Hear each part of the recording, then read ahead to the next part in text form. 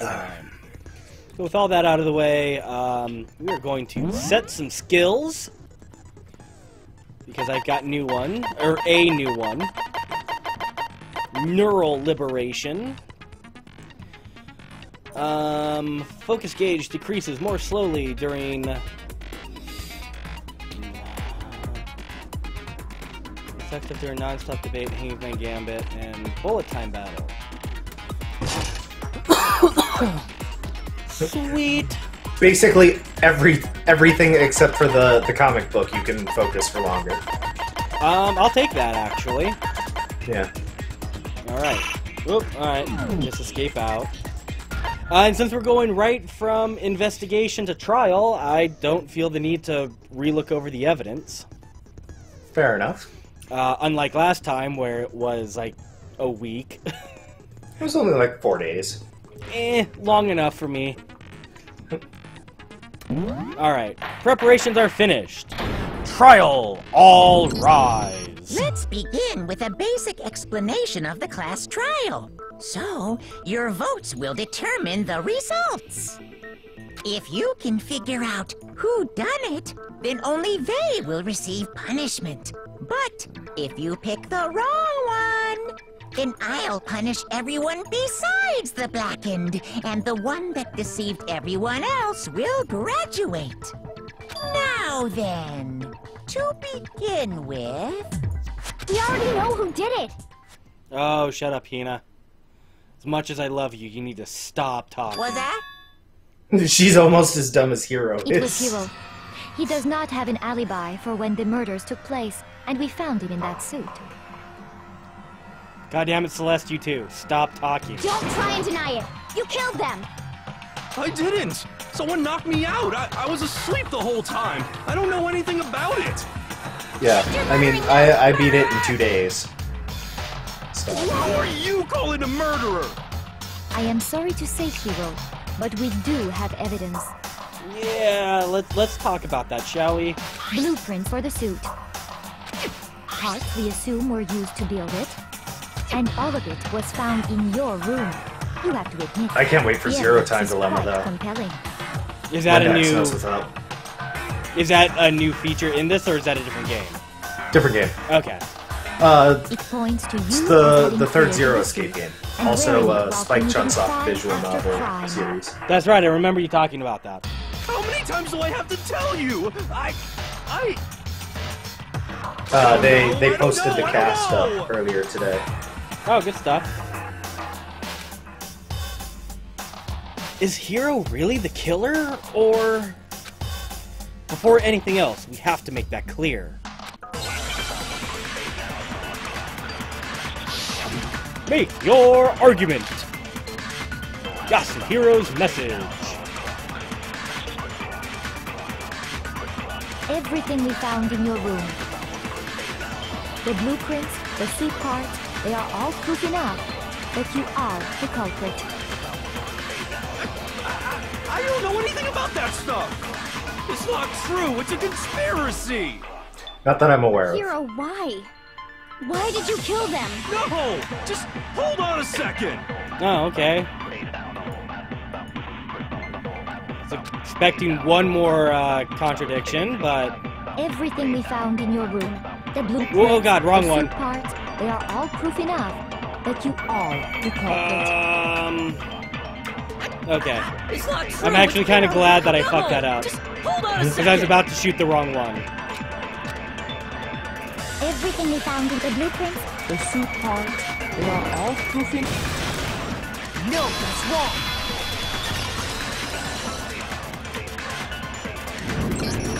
Are we sure Hero really made those blueprints? What do you mean? This is one of those times I take a wish I look at wasn't this. playing on Mean because I'm getting jammed up already. It's the note that Hero wrote, asking everyone to meet up after Alter Ego disappeared. The handwriting's obviously different, wouldn't you say? When you compare it to the blueprints. There's no way you could think the same person made both of them.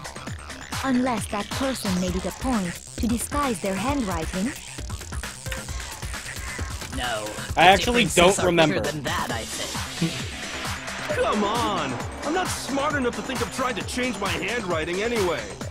So Makoto, are you saying you don't Right think click. Hiro's the culprit? Ah, that's right, the silencer. And he is not the only one. I think Hiro's innocent as well. Then who was in that Robo-Justice suit? Is it like Hiro said? Was there really someone running around in a second suit? The suspicious individual hidden within the suit. Go ahead, Makoto. Tell them who it was. And of course he passes it off to me. So, who was in the Robo-Justice suit?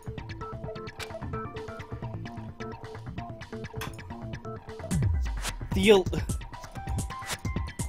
suspicious individual, the one that must have been in the suit, Hiro, the Illuminati, or Hina? Yeah. Why do I feel like Hina's the right choice on this one? Because the Illuminati just sounds like a nonsense answer.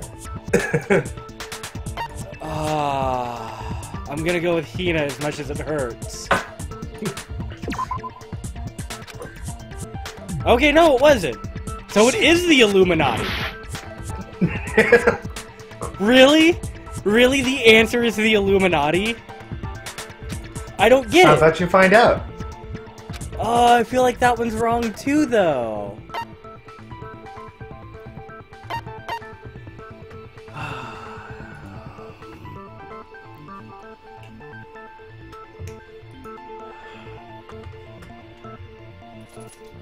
And of course, like, the time I would like to have a coin.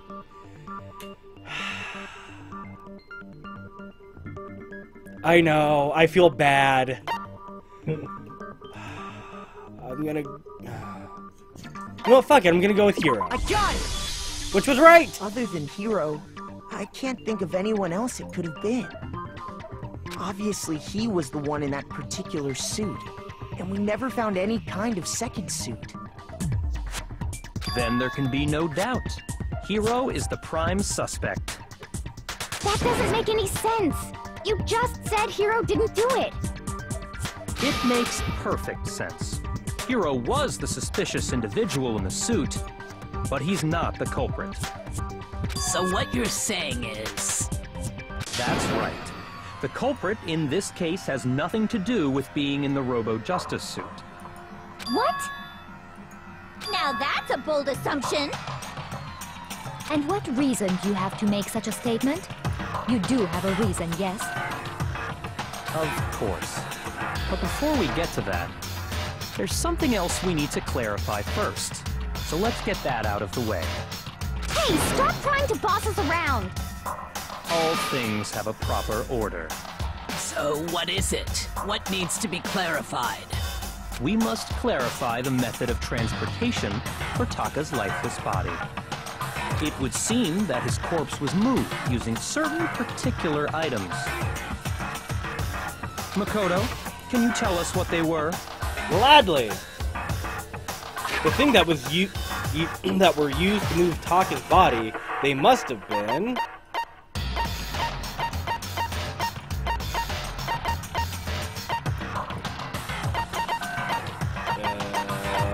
where are you? Can I select multiple things at once? No. Oh, then it's the suppository dolly. I got it! There's still one more thing. Okay. So here's where I choose the second item. I got it! They were a dolly and a tart, right? What's with the attitude? So, let's see if I can explain. Taka's body disappeared from the equipment room, and then we rediscovered it in the repository. And when we found it for the second time, it was wrapped in a blue tarp, right? It was the same tarp that, up until then, was stored in the equipment room. So the killer must have seen it there, and decided to use it when they moved Taka's body. That way, They wouldn't leave any bloodstains while they were moving it. Okay, that explains the tar. And the dolly? Same thing. I'm sure the dolly was in the equipment room when we first found Taka's body there. But when the body disappeared, so did the dolly. Later, when Taka's body reappeared in the repository, so did the dolly. In other words, you think they used the dolly to move the body, am I right? But are you sure you are not mistaken? Huh?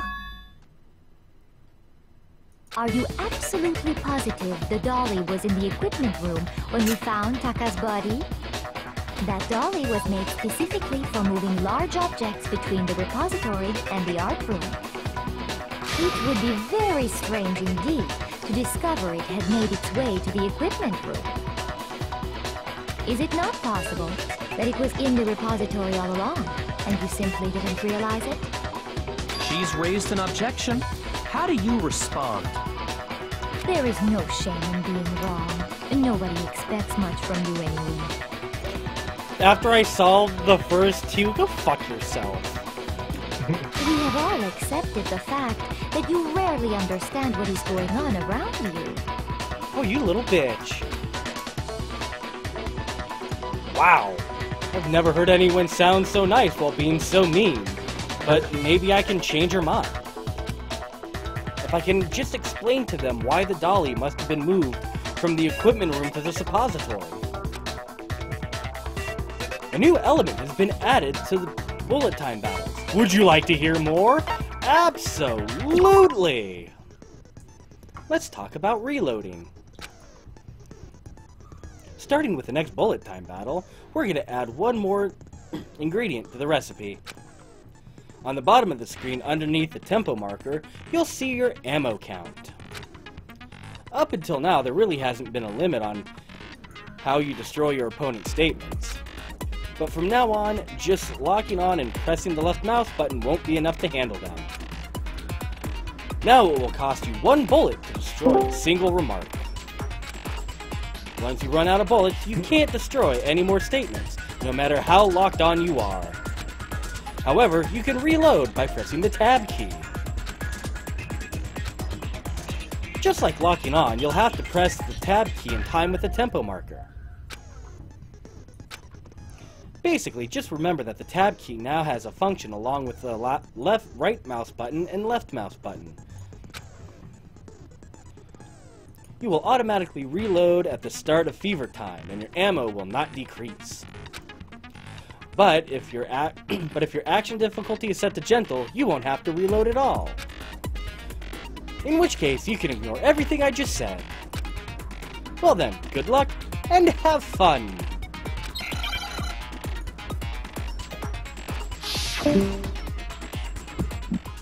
Bye, Mendax. I don't know why you popped in here and left again. I cannot agree. You are a fool.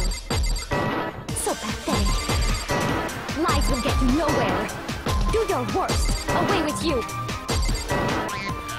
You miserable wretch. I cannot agree. You are a fool. Lies will get you nowhere. Do your worst, you miserable wretch. You have it wrong. I cannot agree. You are a fool. Oh god. So what was the button for? Lies will get you nowhere. Tab. Do your worst. Away with you. You miserable wretch. I cannot agree. No, not to reload. The negative thingy is up. Oh, space. Do your worst, you miserable wretch. Space to go to fever time.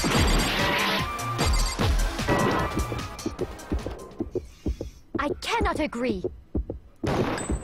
This should prove it. Woo! That one got stupid close. If you're asking for proof that the dolly moved, I have it right here. When I found the dolly in the repository, one of the wheels had a blood stain on it.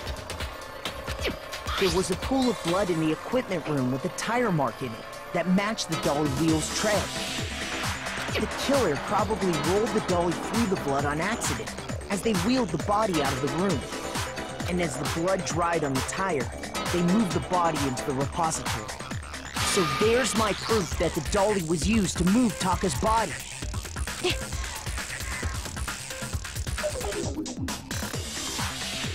Jeez, does Celeste really hate me that much? Well, anyway, that was just something we had to get out of the way. Let's get back to the main subject.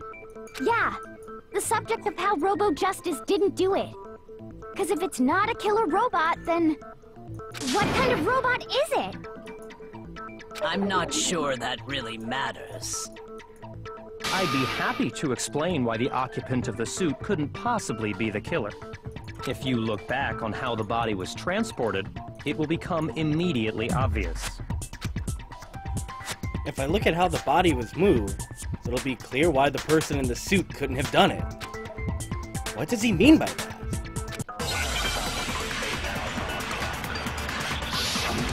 Make your argument. Robo Justice costume. Because it can't bend. As we know, Taka was killed in the equipment room. And from there, the body was moved to the repository, correct? Yeah, the culprit wrapped the body in the tarp, then loaded it onto the dolly and wheeled it off, right? Now, keep in mind that the dolly doesn't have a handle. Well, yeah, but even without a handle, all you'd have to do is bend over. No, that's wrong!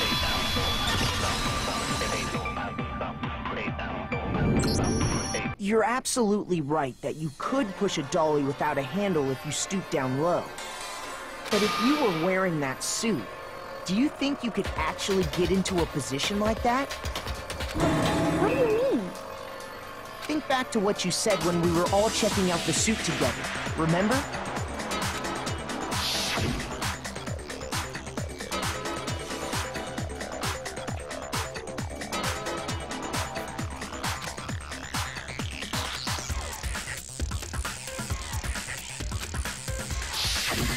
When you're in that suit, not only can you not see your feet, but you can't even bend at the waist. Am I right about that? Now that you mention it, yeah. It seems like it'd be awfully hard to push that dolly if you couldn't bend over. Well, what's to stop you from simply pushing the dolly with your feet? When you can't even see your feet? You really think someone could kick the dolly all that way? Yeah, it'd be totally impossible! Not that I can say for sure myself. On top of that, if you were wearing such a rigid, cumbersome suit, it's very unlikely you would have the dexterity to go about wrapping the body in a tarp. Well, I mean, isn't that just a matter of taking off the suit when you're ready to move the body? There's absolutely no chance the costume was taken off just to move the body because you can't take it off yourself. I got it! I don't think taking off the suit was an option. If you remember...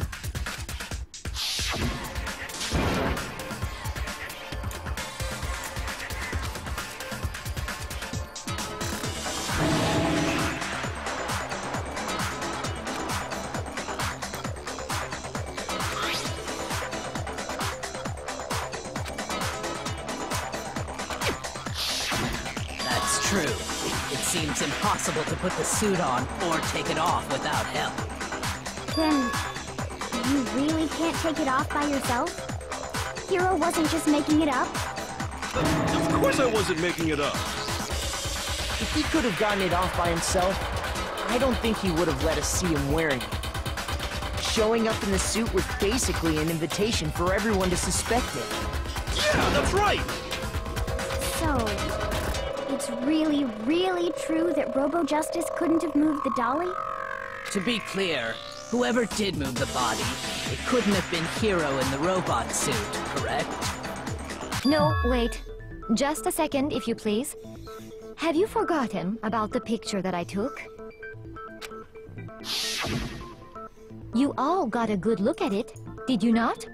The image of Hifumi being dragged away by Robo Justice?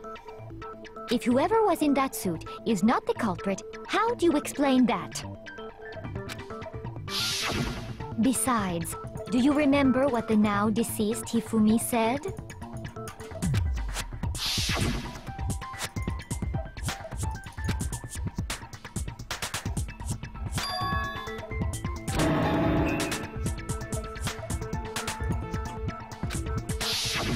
So long as those facts exist, the proper conclusion is beyond question.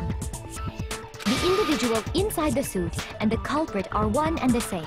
It was Hiro, without a doubt. Yeah, that's gotta be right. Hold on a second! It's still far too early to reach that conclusion. Besides, there's no hurry to decide who did it. Before we rush to a verdict, shouldn't we explore every single possibility? Instead of seizing on one viewpoint, the truth is uncovered by analyzing things from every angle. Perhaps, but where do we go from here? Let's review this series of unfortunate events from the beginning. Maybe we'll uncover something new. What a pain in the ass! I don't disagree, but our lives are on the line. If this is what it takes, we have to do it. Plus, maybe we'll get to find out where the heck Kyoko was when everything went down. All right then, let's take another look back at what happened. I suppose we could start with this morning. 4 of us gathered together in the dining hall. Makoto, Hina, Kyoko, and myself. We waited there for quite a while, but nobody else showed up, so we went to look for everyone. That was around 8 a.m. And as soon as we split up, Kyoko went missing. Soon after that, Hina found Celeste in the rec room and quickly came to get Makoto and me. It seems I was unconscious for about an hour after I was attacked by my mystery assailant. I know it was an hour because I remember being attacked a little after 7. That was when we saw Celeste's picture and discovered that her assailant had been wearing a strange costume. As it turns out, it was Robo-Justice. It also soon became clear that this same Robo-Justice had abducted Hifumi. We were soon joined in our search by Byakuya and Toko, and then went on to find Hifumi in the library. He was injured, so we took him to the nurse's office and resumed our search for the suspect. But not long after leaving the nurse's office...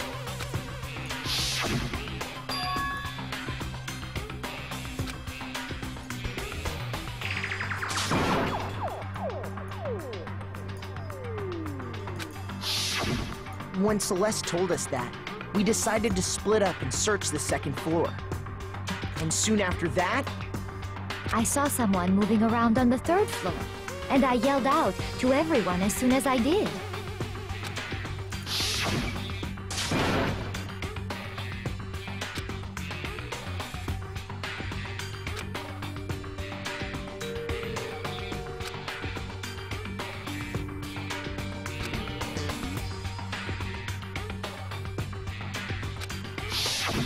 And then...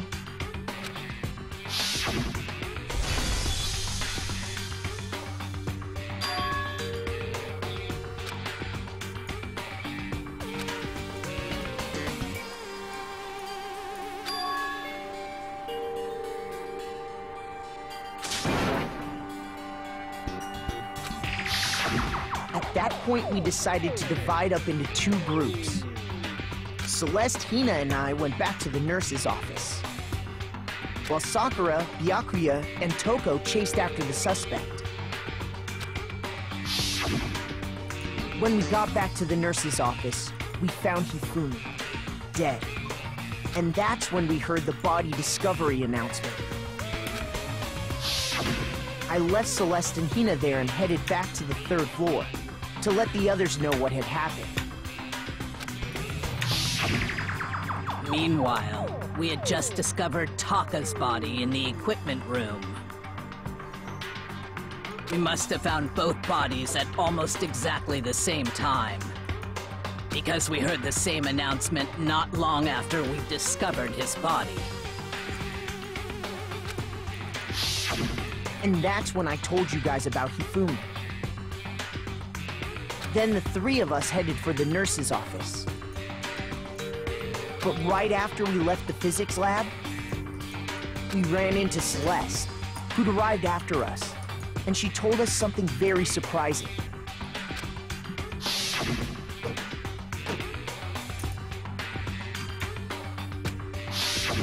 We rushed back to the nurse's office and saw that she was right. Then we remembered we'd left Toko passed out in the equipment room, so we hurried back again.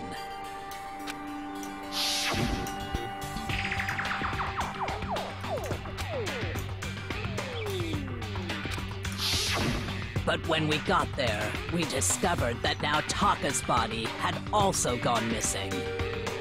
Next thing we knew, we were searching the school for 2 missing dead bodies. And after some time... Celeste informed us that she'd found the bodies, and we all headed to the repository. Which is where we rediscovered the corpses.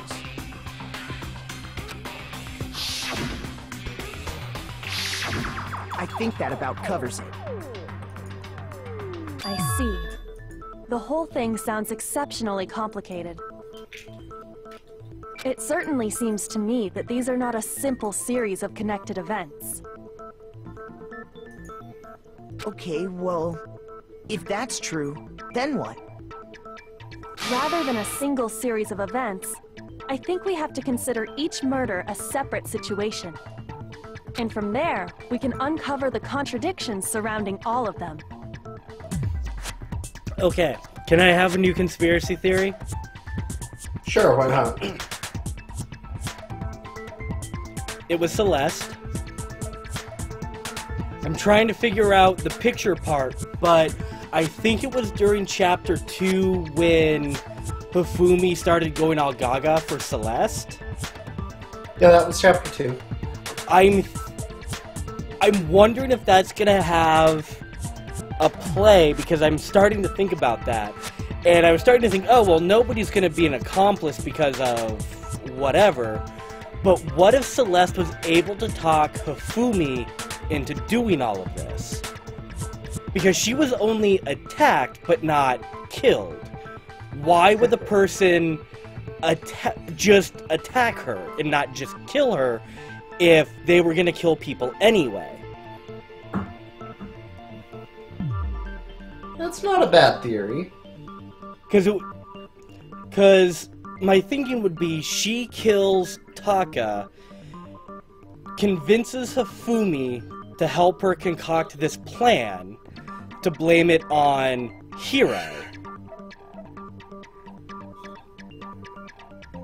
And then she kills Hifumi to kind of cover up anything.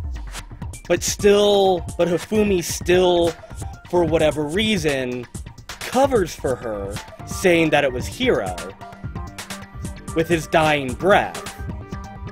Because she found the bodies alone, so she very easily could have finished off Hifumi at that point.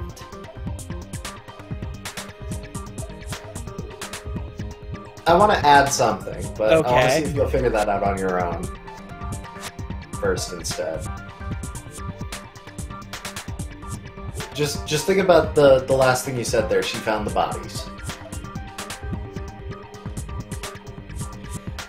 And she's been sort of the, I don't want to say instigator, but it was like, she was the one who saw the costume guy that one time to got everybody to go to a specific floor. Like, she was kind of leading people to certain places, which makes it seem like she was orchestrating it so Hifumi could get out of the oh, yeah, and she suggested to go to the bathroom with Hina because she wasn't feeling well, which would give Hifumi the chance to get out of the nurse's office.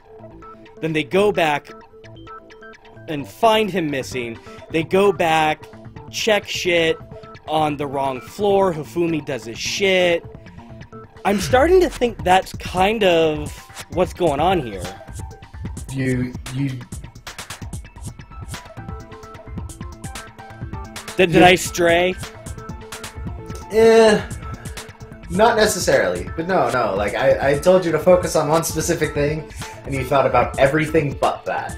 But I'm still trying to think of that, though. It's like, she found the bodies. Like, yeah, the door was locked. So if Hifumi was in the room with the doors locked, he would have opened it for somebody he knew, which would have been Celeste. Because he was an accomplice. Okay, I think you're tracking. I think your theory might pay off, might not. You're gonna have to go through. Yeah, I'm starting to think that now, because with the way she's been talking and now thinking about all of that, where it was like, it's felt like she's been leading a lot of the investigation, like, I don't want to say subliminally, but like, it felt like she's been pulling some serious strings. But the only thing I can't piece together is the Robo Justice photo of Robo Justice dragging away Hifumi. That seems like that would be really awkward to do with nobody inside. And we already know that the camera doesn't have a timer, so that picture would have had to have been taken manually. Okay, we're gonna continue. Now then, let's get started, beginning with what happened to Taka.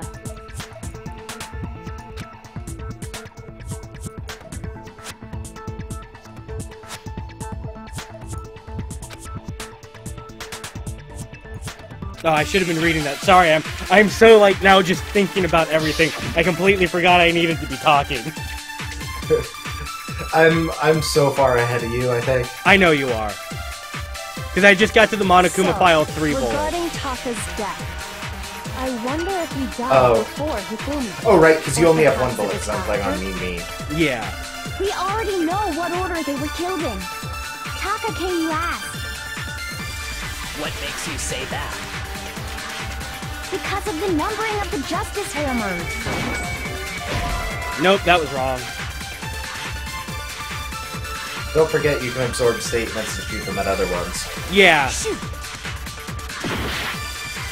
I'm dropping a hint here about that particular line of questioning. So, regarding Taka's death, I was trying to be subtle, but it seems like that didn't work. Or perhaps it was after? We already know what order they were killed in. Taka came last. What makes you say that? Because of the numbering of the Justice Hammers. It's true that Hifumi was killed with Justice Hammer 3, while Taka's death came from a swing of Justice Hammer 4. See? So it's obvious Taka came after.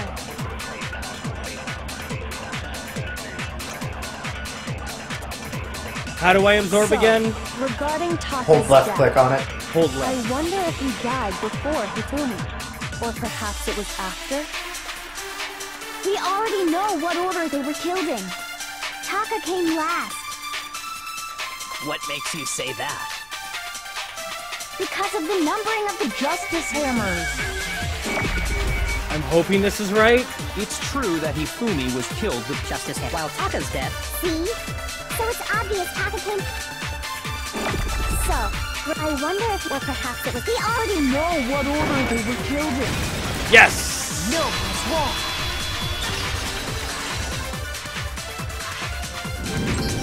When you're low on hearts, fuck it There's up. no It's reason really to scary assume do. that the hammers were used in the same Yeah, there's order as their continues. numbers. If anything, Fair. that's just another way the killer tried to disguise their actions. So you're saying the culprit wanted us to think the hammers were used in order, but in reality, Taka was killed before Hifumi? Okay then, let's see the proof.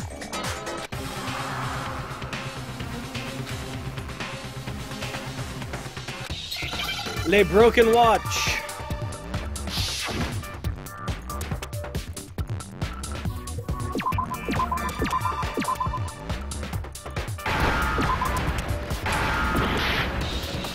Oh, that's right. I have to do this in order of the spelling.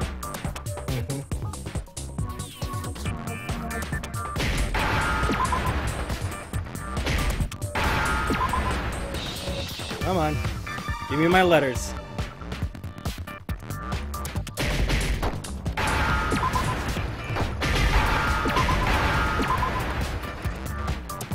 Now I understand. I've got it. Taka's wristwatch. See? Look. It broke with the hands pointing just past 6 o'clock.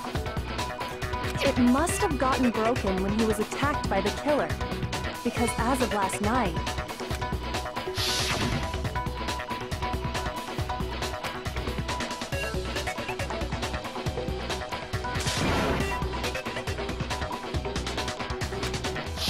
So if it wasn't broken after 6 last night, then he must have been attacked around 6 this morning. And that would be his official time of death. But if that's true, then he was killed well before Hifumi. And before Celeste was attacked this morning, which happened around 7. That's right. Taka was killed before any of the other incidents took place. That simple fact slipped past all of us. We made the wrong assumption about the order of events, all because of those justice hammers. That's exactly why the culprit wrote the numbers on each hammer and had them increase in size. That way, when we saw how they were used in each incident, we'd easily make that wrong assumption. Now, if Taka was killed around 6, then everyone's alibis for his murder go out the window. Because when he was killed, we hadn't met up in the dining hall yet. That may be true in the case of Taka's murder. But all of our alibis still hold true for Hifumi's death. That's right. With him, at least, we're all safe.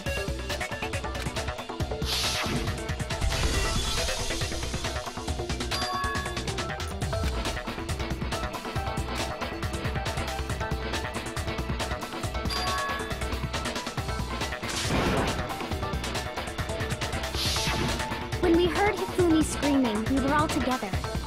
Except for Hiro and Kyoko. Then we all ran down to the nurse's office, and that's where we found his body. That's totally true! We're all in the clear! Oh, I know! They must have recorded him screaming on a tape or something, then played it later on! If that's true, where's the tape? I don't know. Don't just go making stuff up.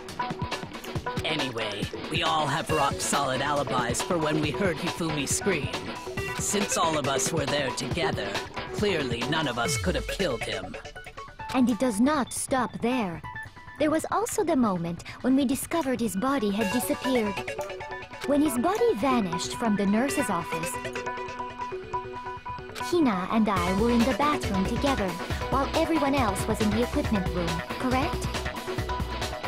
And then, there's the disappearance of Taka's body from the equipment room. At that time, we were all gathered together in the nurse's office because of Hifumi going missing. Well, don't forget, I was passed out in the equipment room the whole time. Wait, then what if Genocide Jill did it? She could have dragged Taka's body out of there right then! Even if she could pull that off, there's no way she could have done the same with Hifumi's body. Because, as we just established, she was passed out in the equipment room when his body disappeared. Besides, I didn't do either of them anyway.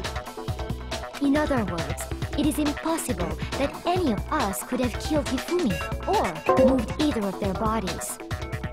On the other hand, You still there? Hiro and Kyoko had disappeared, so they most certainly could have done those things. So what now, Kyoko? I need to check Discord real quick.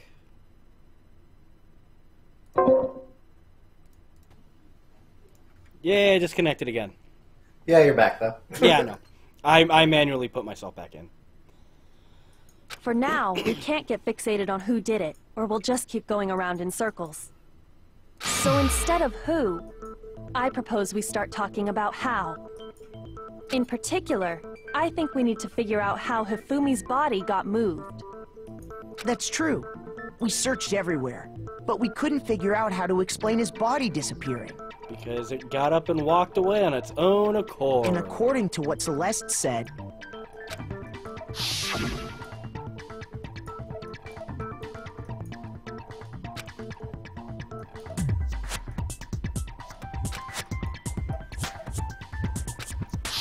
his body apparently disappeared in the 1 minute her and Hina took their eyes off of it.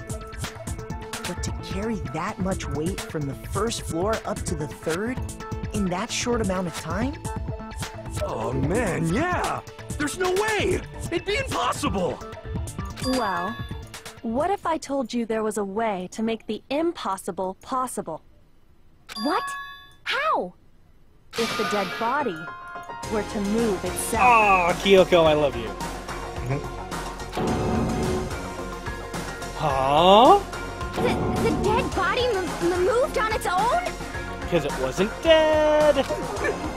No! Not another...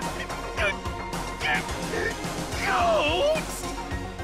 I don't think it has anything to do with the occult. I think what she's implying is, we thought Hifumi was dead, but perhaps in reality he was still alive.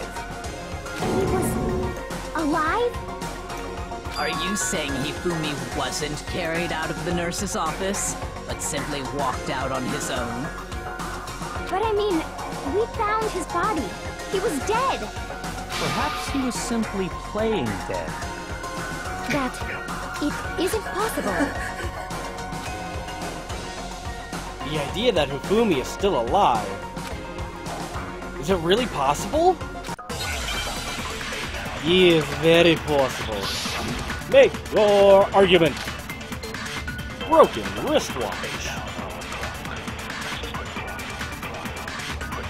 Are you saying that when we first found Hifumi in the nurse's office, there's a chance he was actually still alive? No.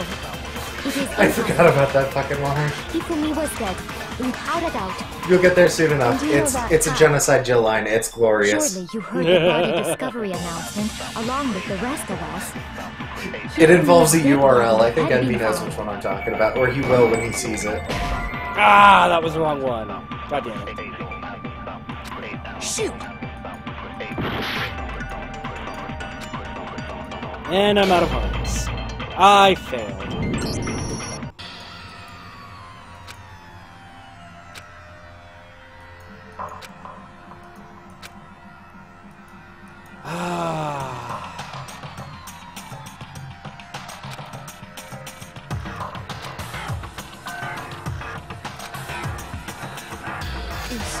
Is this really the end for all Though of I us? love how when you fail, it instantly becomes everybody votes you as the Blackened. Like, in this case, everybody's so adamant that it was Hero. Like, the random change of heart.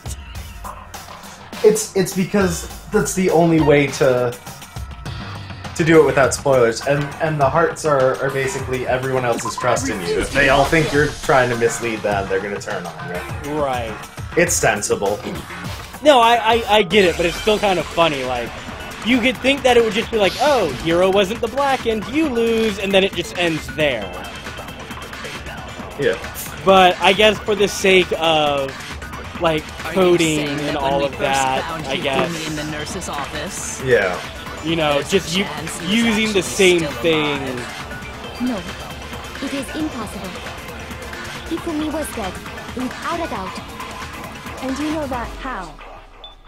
Surely you heard the body discovery announcement, along with the rest of us. Hifumi's dead body had been found. And that is why the announcement was made. Are we really so sure about that? Maybe the announcement was intended to signal someone else's discovery. I don't know why I did that, but... Shoot! Are you saying that when we first found him, there's a chance he was actually... No, Actually Hifumi was dead, and you alive. know that surely you heard the body, the Hifumi's dead body had been found. And that is why the... Are we really? Maybe the announcement was intended to signal someone else's discovery. Okay, I think I know what I need Are to you do. saying that when we first... there's a chance he... No, Hifumi was dead, and you know that surely you heard Logic the body, puzzles. the Hifumi's dead, Yep. and that is... Are we really? Maybe the Announcement was intended to signal someone else's discovery. Alright. Let's see if this Are you works. saying that when we first there's a chance you... No. Hifumi was dead, and you know that. Surely you heard the body that Hifumi's dead body had been... There we go. No, it's wrong. Yahtzee. Was the body discovery announcement that was made really intended for Hifumi? Of course it was. The announcement played right after we discovered his body. Maybe. But that was also the same time that Taka's body was found. That's right. It wasn't long after finding his body that we heard the announcement. So there's a good chance we made a mistake in there somewhere.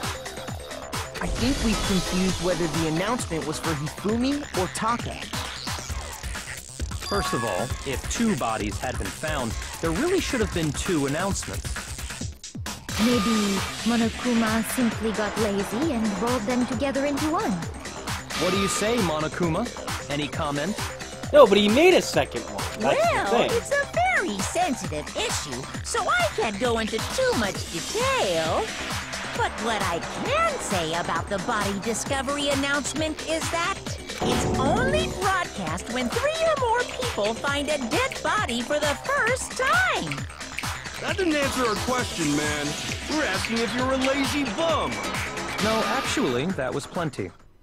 Huh? He said it's only broadcast when a body is discovered for the first time, which means even if we find the same body again later, he won't make the announcement again. If that's true, then why was the announcement made again later on? Huh? Later on? Exactly. We heard the body discovery announcement twice.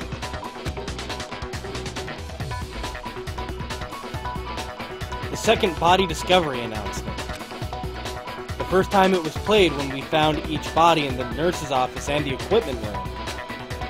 And the second time was when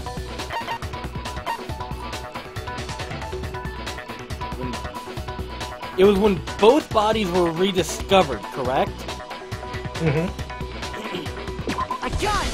Okay. We heard it a second time in the repository, when we rediscovered the 2 bodies.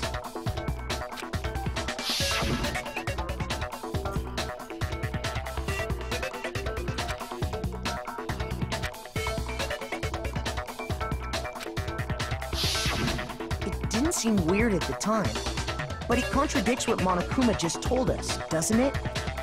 Exactly. If we were actually rediscovering both bodies, the announcement shouldn't have played. Then in reality, when the 2 dead bodies were rediscovered, one of them was actually being discovered for the first time. So, when we found Hifumi the first time in the nurse's office, he wasn't actually dead yet. Meaning, he wasn't actually found dead until we came upon him in the repository. And that's just part of it. There's one other thing that leads me to believe he was still alive in the nurse's office. Oh, I know! Because he was super good at playing dead! Bada bing, bada boom! That is the worst logic I have ever heard. But honestly, I do not think there's anything that can prove he was still alive. Okay then, let's take another look at the events surrounding the discovery of his body. Then it should become clear whether he was really alive or not. This whole thing is pointless. There has to be proof that shows Hifumi was still alive. I have to find it and show it to everyone. Make your argument. Hifumi's glasses. Well, here's one thing we do know. The first time we found Hifumi's body was in the nurse's office. And then, while me and Celeste were in the bathroom, his body disappeared. And the next time we saw his body, it was in the repository. But when you compare his body before being moved and his body after being moved, other than the change in how it was positioned,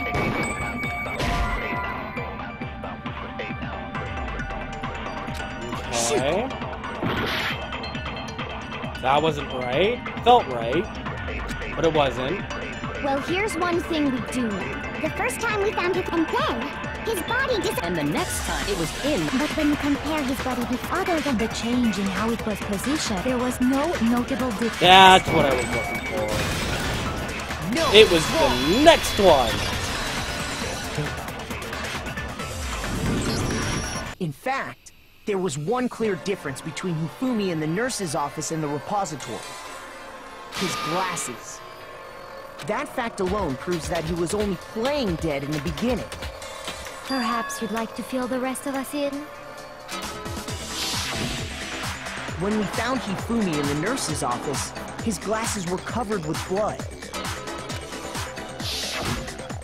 But when we found him again later in the repository, they were spotless. And I found the item he used to wipe them clean in the nurse's office trash can. The evidence I found in the trash can in the nurse's office was... glasses cleaning cloth. I got it!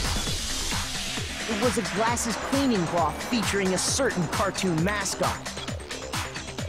One look at the bloodstain on the cloth should make things clear.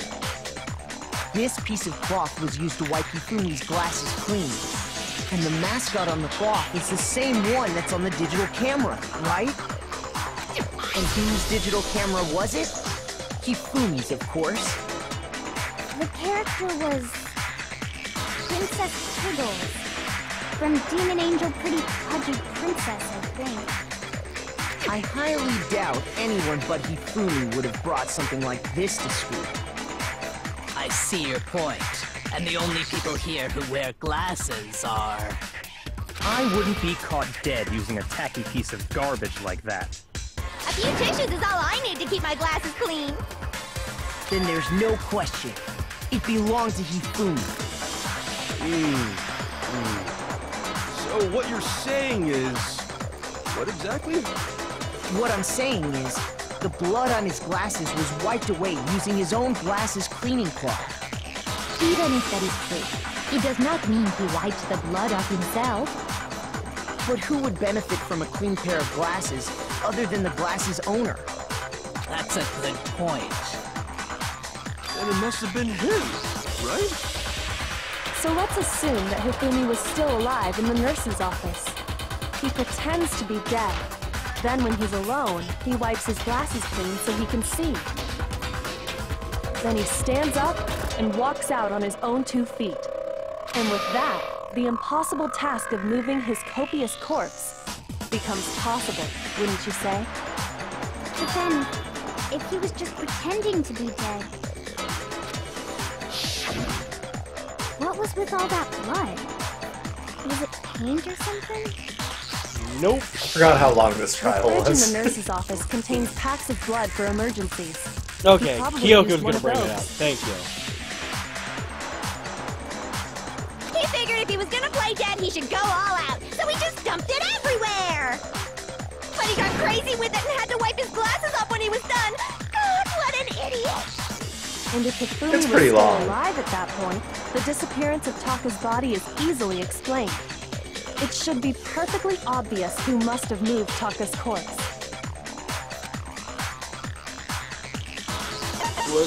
The one who moved Taka's body was Hifumi. It could only have been Hifumi. While we were all gathered in the nurse's office, he went to the equipment room and took Taka's body. That also explains how the door to the repository got locked. The door was locked? Well, after the bodies disappeared, we all went looking for them, right? So me and Sakura headed for the repository. But when we got there, the door was locked. And the repository door can only be locked from the inside. Which means, when Hina and Sakura got to the repository, someone was already inside. And it could only have been Hifumi, who just finished stashing Taka's body there. He convinced us all he was dead, and when he saw his chance, he dragged Taka's body to the repository. So, Hifumi wasn't just another victim in this case. He was one of the assailants. But That means he took part in the murders. I just can't believe it. If you're having trouble, would you like me to show you one more piece of evidence? There's more? Oh, absolutely. The single biggest fact pointing to his involvement has yet to be revealed. You know what I'm talking about, right, Makoto? The item he took off of Taka's lifeless body? The thing Hifumi stole from Taka. Could it be?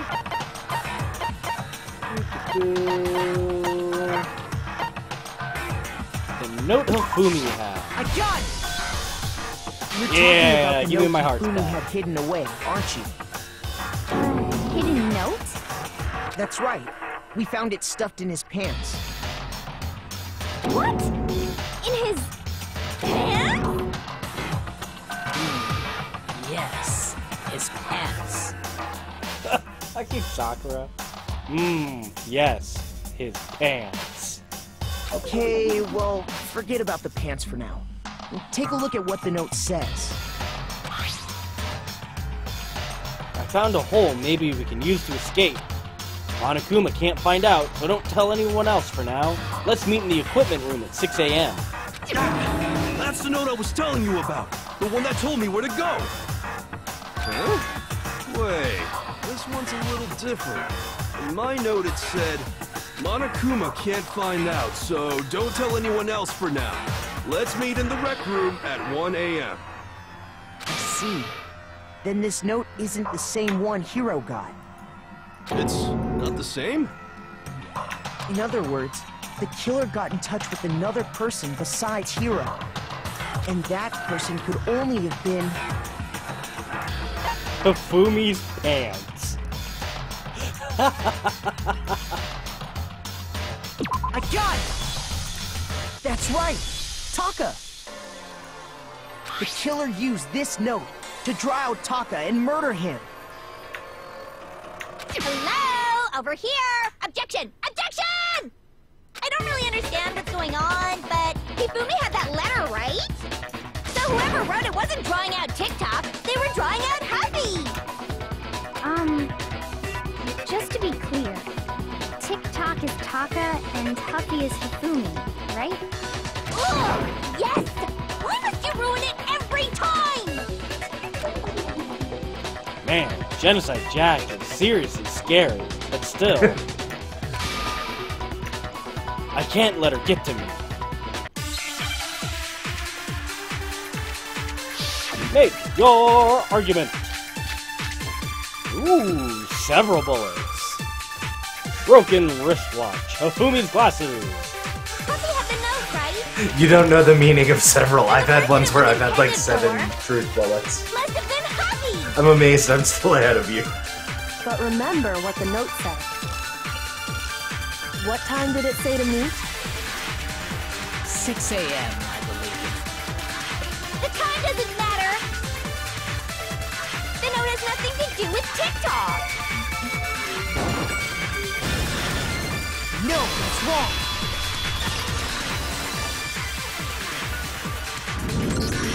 No, there absolutely is a connection.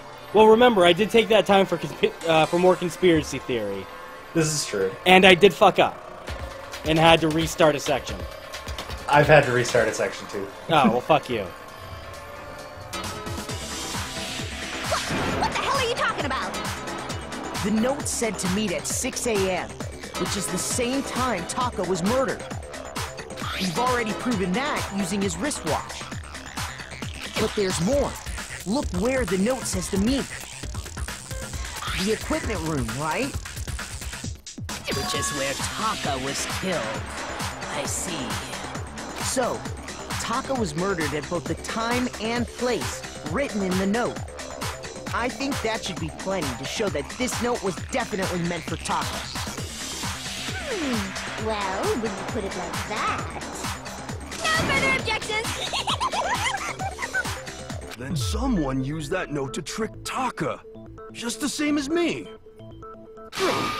The culprit really is a cold-blooded monster. Telling people they found a way out. But if they gave the note to Taka, What was Hifumi doing with it? Stuffed down his pants, no less! Most likely. Hifumi stole it off Taka's corpse after he died. Huh? He stole it? Where's your proof? Go ahead, show us. Ah, proof that Hifumi stole the note from Taka is Taka's scrap of paper. I got it! Damn straight I got searched it. Taka's body, I saw that his lifeless hand was gripping a small scrap of paper. If I'm right about this, the sheet of paper this piece came from is... I knew it! It fits perfectly with the note we found hidden on Hifumi. Then Taka's scrap and Hifumi's note. Yup, they're from the same piece of paper. Hifumi had the note meant for Taka, while Taka's corpse still grasped a small piece of that note. There's only one way to explain it. Taka died clutching the note. Hifumi tried to free the note from its death grip, leaving behind only one small scrap. Did I get all that right? That means Hifumi knew the note was important. Exactly. Which proves that he was an accomplice in the murder. Whoa. Yeah. After seeing all this, Hifumi was super involved in this whole thing for sure. In fact, he was behind the whole thing. In fact, No, God he's damn still it, alive. Hero. Sorry, no. When we found him in the repository, Hifumi was truly and completely dead. The second body discovery announcement proves that.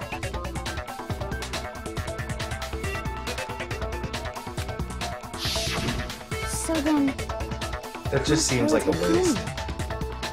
Whoever did Why wouldn't is you the just want to mastermind, bind fiber? the true killer. He was killed in the Or repository. cable, even. So he must have been killed not long after transporting Taka's body. So, he must have been killed after Taka's body vanished, but before we found both bodies in the repository. During that time, we'd all split up and were searching for Taka's missing body. In other words, during that time, none of us have alibis. wait, but me and Sakura were together. Stop trying to steal the spotlight, you stupid walrus! Who are you calling a walrus? Anyway, when they were killed bothers me too.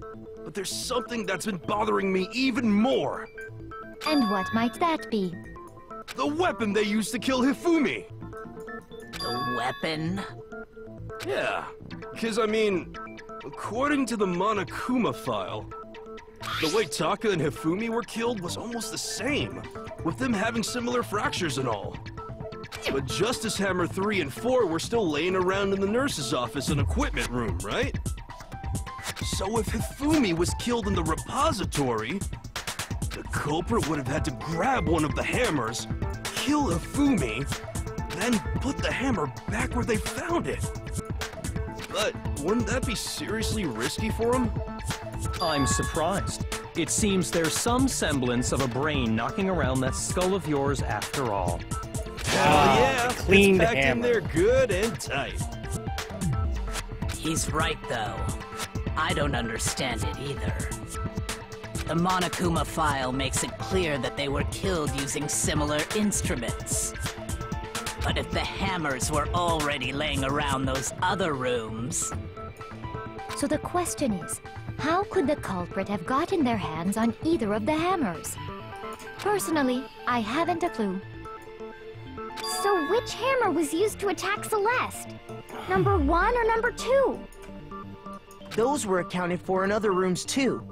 And I don't think either one is big enough to kill someone. Then, Is it not possible they used a different weapon? I don't think it is possible. They were both killed with the same kind of thing, right? So then, what was used to kill Hifumi? The weapon that was actually used to kill Hifumi. The whole picture surrounding this case won't become clear until we figure that out. Somehow I have to find the truth.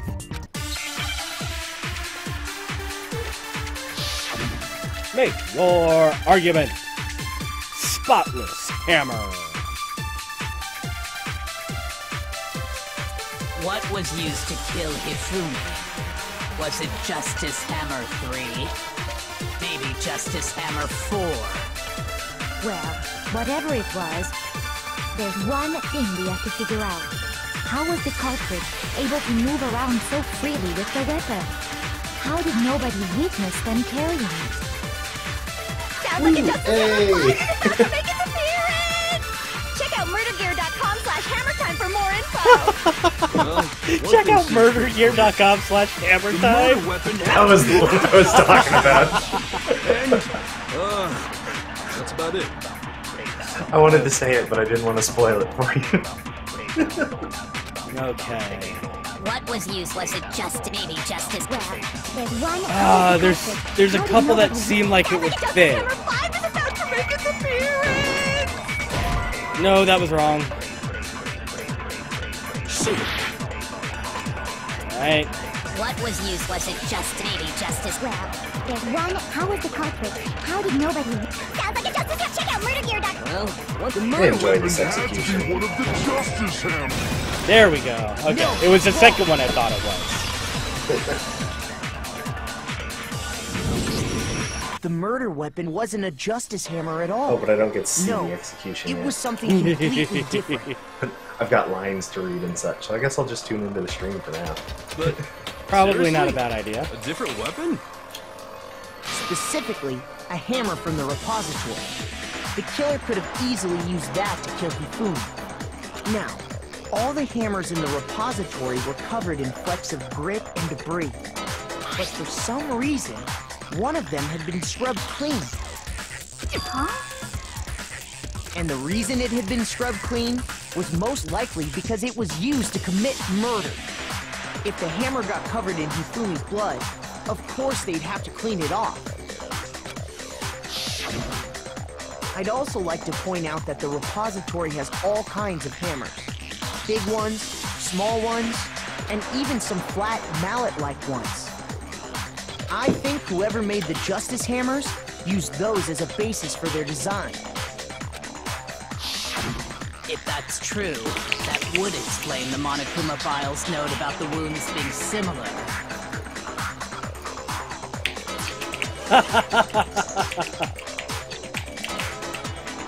So Hifumi moved Taka's body to the repository, where someone then used a hammer to kill him. Whoever did You that just is got a the DM true from me. killer. Do not respond to The it one in Hifumi was working non-DMs. with. That would be spoilers. And the one who betrayed him. Hold on a moment. I still think it's strange to assume someone was working together with him. The way the graduation rule works, there is no benefit to helping someone else carry out a murder. So the idea that anyone would work together like that is simply ludicrous. We talked about this, did we not? We did talk about how there wouldn't be any reason for anyone to work together. At least, that's what we thought at first, but... Make your argument. Spotless Hammer.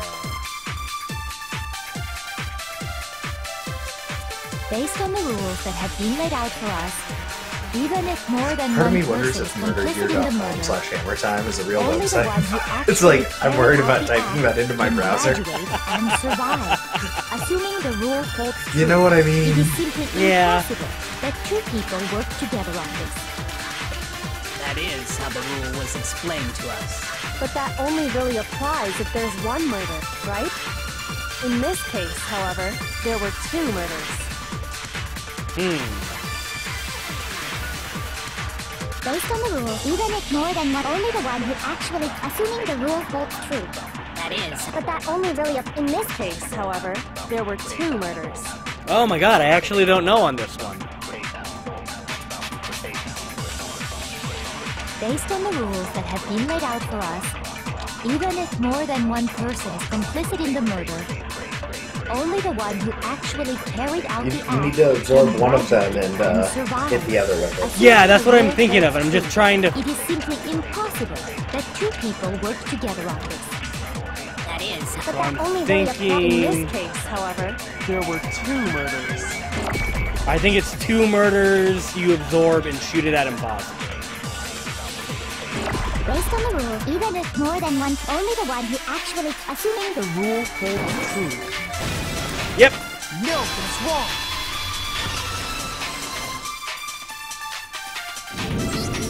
Since there were 2 murders, it's at least plausible that more than one person was involved. What do you mean? If there'd only been one murder, then yes, the idea of an accomplice isn't really worth considering. Naturally, if only one person can be saved per murder, an accomplice has no risk versus reward benefit. Risk versus reward benefit? The payoff for working together. The reward that balances out the risk of taking part in the scheme. There's no point in being someone's accomplice if there's no benefit to you. However, if there were some potential mutual reward for the risk, then cooperation becomes possible. You're saying that 2 people could act as each other's accomplices to commit 2 separate murders. I think that's what the true killer told Hifumi. They would each have an accomplice for their crime. And based on the case's events, Hifumi would have been the first one to act, murdering Taka. They made him carry out the first murder so he couldn't back out of helping them later on. So in this case, there wasn't one single person committing multiple murders.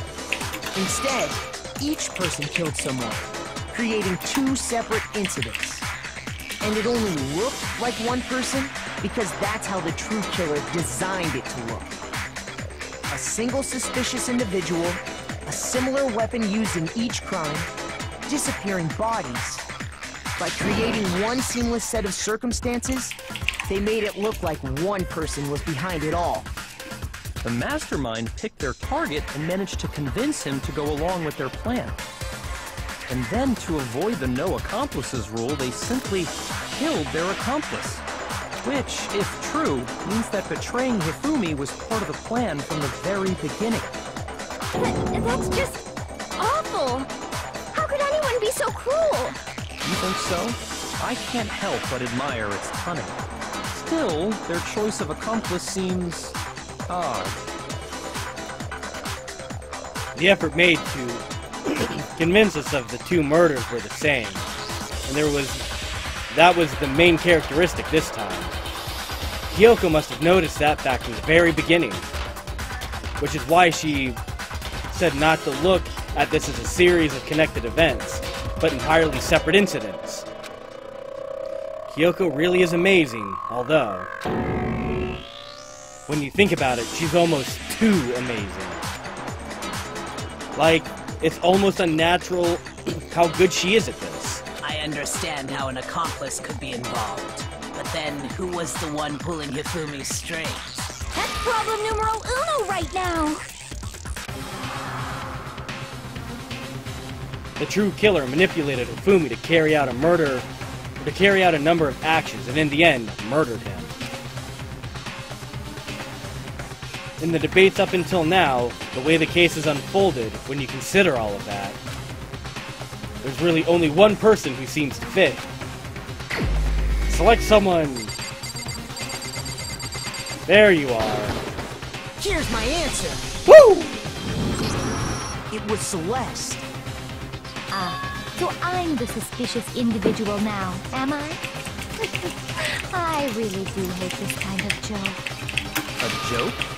I wonder. So what you are saying, then, is that I specifically chose to work together with Hifumi.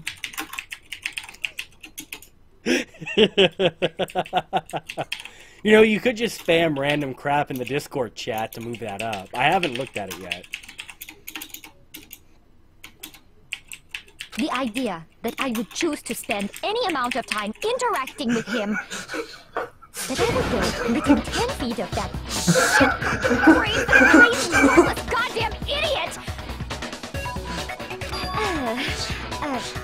Pardonnez-moi. Just to be clear, there is evidence to support. Is that so? It is. Throughout the investigation, there was certain behavior that was common only to the two of you. Considering what we've learned so far, it only further proves that the two of you were working together. What is it that only Hifumi and Celeste had in common? Things got a little out of hand there. I got it! The behavior they had in common has to do with the suspicious individual in the suit, doesn't it? The only ones who ever actually saw Robo-Justice firsthand were Celeste and Hifumi. Shush. The adults are talking now. Sorry. As he said, only Celeste and Hifumi ever laid eyes on the costumed individual. If we accept that Hifumi was one of the culprits, we can't help but suspect what Celeste has said as well. Are you saying everything they told us was a lie? After taking Hifumi to the nurse's office, we all began our search for this individual, correct? And not too long after that, do you remember what Celeste said?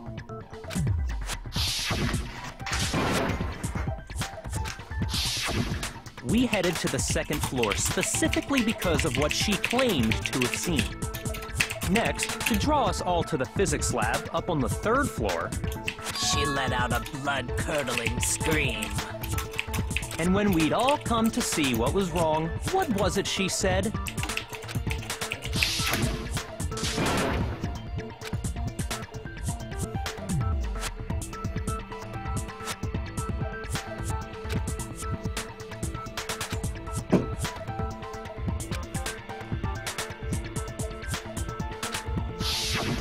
Once she'd done her job of getting us all up to the physics lab, it was time for her partner to get to work.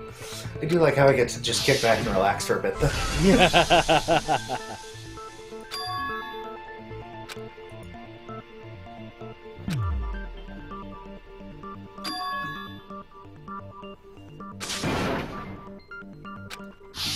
It was to get us to divide into two groups, so that we would discover both bodies at the same time? In fact, Celeste was precisely the one who proposed that we split up.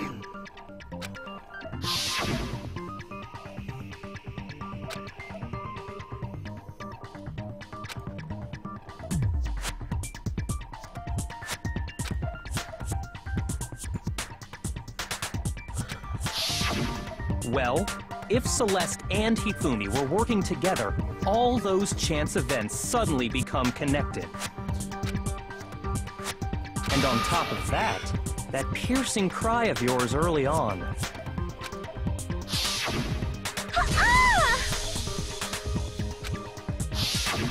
That was to signal Hifumi, wasn't it? It was your way of telling him, we are on the third floor, everything's going according to plan. Why else would you let out a scream that could have carried across the sea? I just realized The another fucking strange sound thing. effect. When we found Hifumi in the Oh, nurse's for office, the who we scream? now know was Yeah. only The very pretending weak. to be dead. Ah!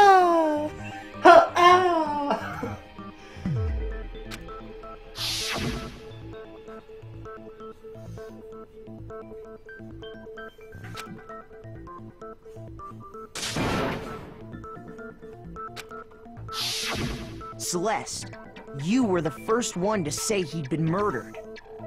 You wanted to make sure we wouldn't have any doubt in our minds. I don't believe it! Everything, the whole thing was one big act! Hina, you were with Celeste when Hifumi's body disappeared, right? Yeah. I was feeling kinda sick, so Celeste took me to the bathroom. Wait! Then that was... She wasn't worried about you. She just saw a chance to help Hifumi sneak out of the nurse's office. Each piece isn't much by itself, but start putting them together and the picture gets very ugly indeed. Wouldn't you agree, Celeste? I have no idea what you mean. Don't bother trying to deny it. You made one fatal mistake. Oh, did I?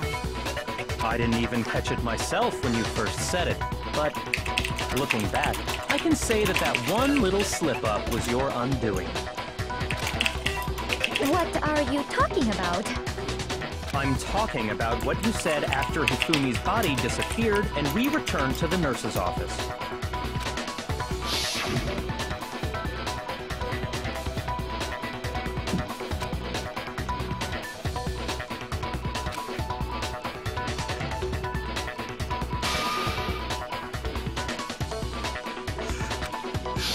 I remember her saying that too, but I don't understand what's so strange about it. Then pay attention. Sakura, Toko, and I were first to discover Taka's body in the equipment room. Then Makoto showed up and told us Hifumi had been killed, so Sakura and I left with Makoto. Once we were in the hall, we ran into Celeste, and the four of us headed to the nurse's office. Now, the entire time we were together, none of us said anything about Taka being dead. Think about it. Celeste's comment doesn't make sense. It was completely out of place. Yeah, I see what you're talking about. Although I don't really get what it means. You hear that, Celeste? Everyone's having some trouble understanding. Could you repeat what you said? If you're really not the culprit, you shouldn't have any problem repeating it, right?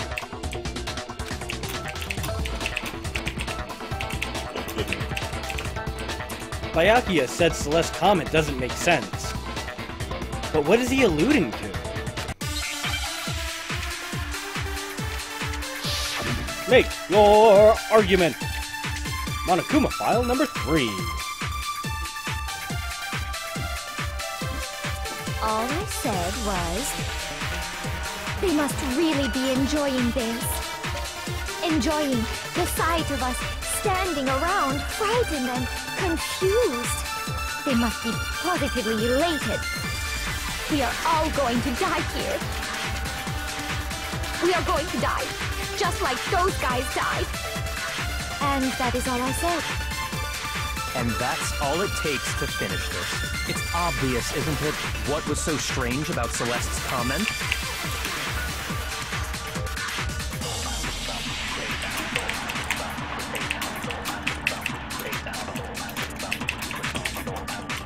All I said was, they must really be enjoying the sight of us. They must be.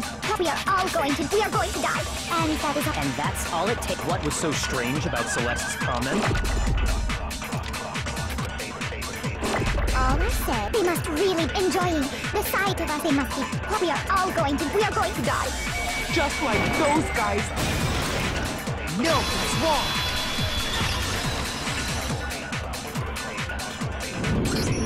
That's right. There's no reason Celeste should have said, just like those guys died.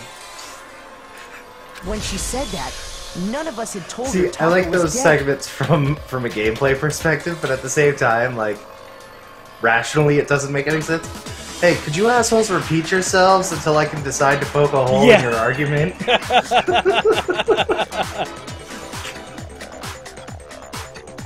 Exactly. And we didn't run into her until after we were all out in the hall. So there was never any chance for her to have seen his body in the equipment room for herself. So how did you know, Celeste? How did you know more than one person had been killed? And how did you know they were both guys? Because Kyoko had also disappeared, right? So she could have been dead too.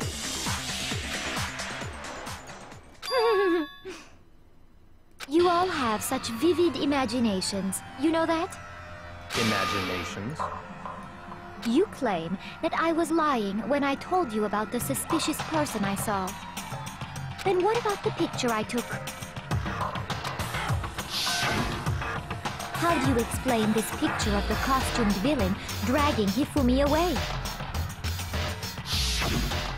It has to be some kind of setup, right? So let's put the suit on, and then she used the camera's timer to set up the picture. Have you so deeply forgotten? You are the only one who could have possibly fit into that suit. Plus, I happen to know that this particular camera does not have a timer. In other words, it is an unassailable fact that this is a picture of Hifumi being dragged away. If everything I told you was a lie, how can this picture exist? Simple. Are we sure that's really a picture of the suspect dragging Hifumi away? What could you possibly mean by that?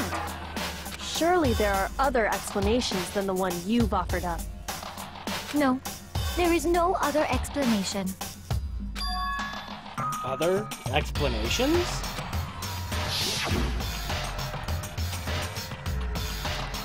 If it wasn't a picture of the suspect dragging Hifumi away, the only other possibility is...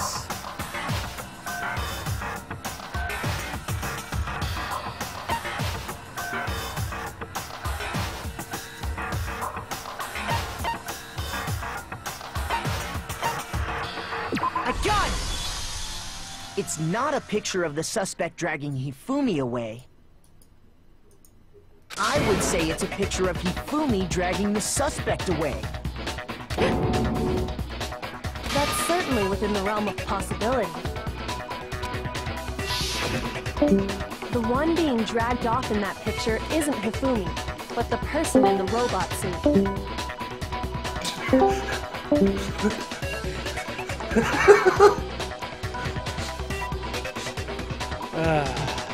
We've simply Could be that been we're in the led to wrong believe room. it's the other way around.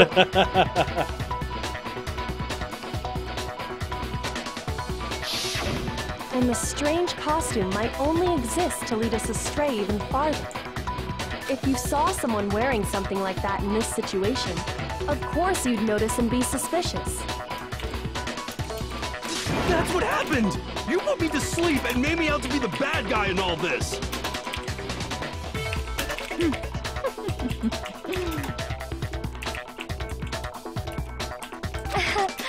Such a thing is utterly impossible. Hifumi was dragging him away? Ridiculous. Is it? I don't think it's ridiculous at all. Then shut your mouth and allow me to educate you.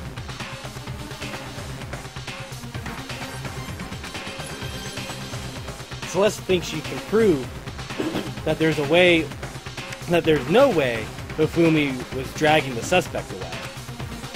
But is that really possible? Make your argument.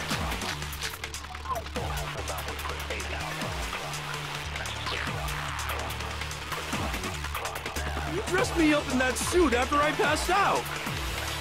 Then you just draped me across Hifumi and had him carry my weight. You tried to make me look like the bad guy. Like I said, ridiculous. As you can see in the picture, the suspect is standing perfectly upright. If the person inside the suit was unconscious, there's no way they could stand up straight like that. Then the fortune-telling idiot is the culprit after all! No way!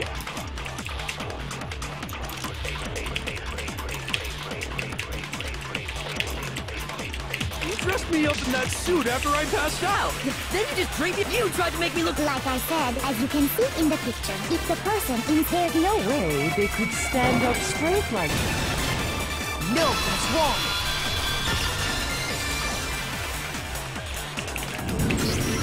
No. Even if the person inside the suit were unconscious, they could still stand up like that. Because that Robo-Justice suit had a certain characteristic.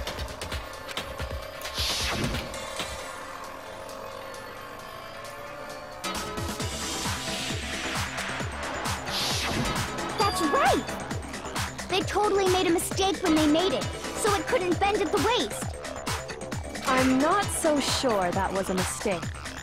I think the suit was designed from the beginning to be used the way it was. Celeste and Hifumi took the suit they'd specially designed and stuffed Hiro into it. That's how they were able to fake that whole thing. The point of it all was to make us believe whoever was in the suit was to blame. Well then, I suppose this is checkmate. Checkmate?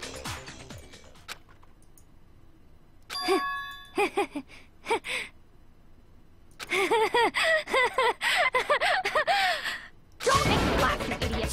What do you mean, checkmate? Celeste? Clearly, you want to cram me into your little guilty box. Well, there's one little problem. Have you already forgotten what Hifumi told us as he lay dying?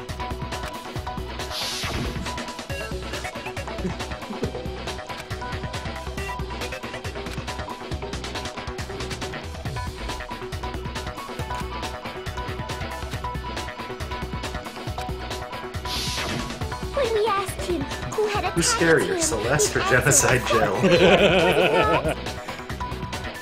said, and I quote, Yasuhiro. In other words, Yasuhiro Hakakure! Right! But my name isn't really Yasuhiro! It's actually Taro! Your confusing statements don't make any sense. You're only making things more complicated. He did say Yasuhiro, but are we sure he was really pointing the finger at Hiro? What the hell are you talking about? I'll burn you alive! Kyoko, what do you mean by that? Think back to how Hifumi used to talk to us. How did he refer to each of us? I got it! That's right! Our last names! He called us all by our last names! Exactly. I know I heard him say Mr. Naegi more than once, for example. So if Hifumi did mean to say Hiro's name, he would have said his last name, Hagakure. I'm sure it was just incidental. By chance, his first name. Indecent? Don't talk. Random chance. Now isn't that a convenient explanation? No, there's no reason to think he would have said the name any different than normal.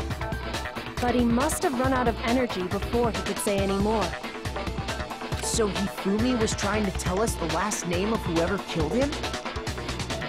But the name he said doesn't apply to anyone here. Well, no. Hold on. There's one person it could apply to, and that's Celeste. She never actually told us what her real name is. What did you just say? To think you'd take your false accusation so far, I don't know whether to laugh or spit! Come on! Enough with your idiotic blather! Yasuhiro is a loser's name! Do I look like a loser to you? Well, do I? What? Yes. Yes, you do. I think I've earned the right to be a little on edge. Okay, then fill us in. What's your real name? Make sure your ear holes are wide open and listen up! My real name is Celestia Ludenberg. Could you please stop making me repeat myself over and over again? Celeste still won't give up. So then, I have to do something. I have to do something to make her accept it. Make your argument.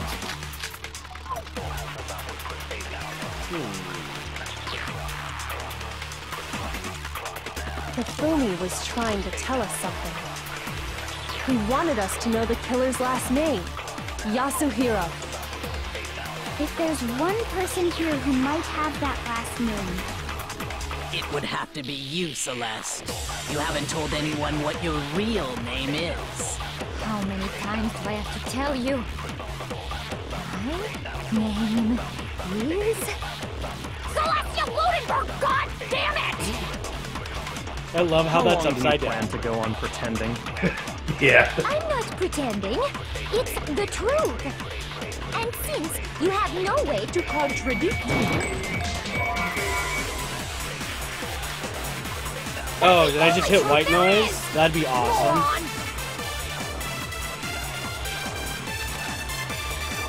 Hifumi he wanted us to know the killer. If there's one person, It would have to be you, Celeste. how many Yeah, you times did. a week? With that giant-ass question mark. Pretend it. And since You have no way to contradict me. Oh, whoops. that's the only truth there is! Moron! And I whiffed it. Okay. So, you actually have to hit the white noise with the silencer in order for it to work. Yep. Got it. I thought it would just make it go away. No, it's another shot. He wanted us to know the color. Alright, I'm learning things.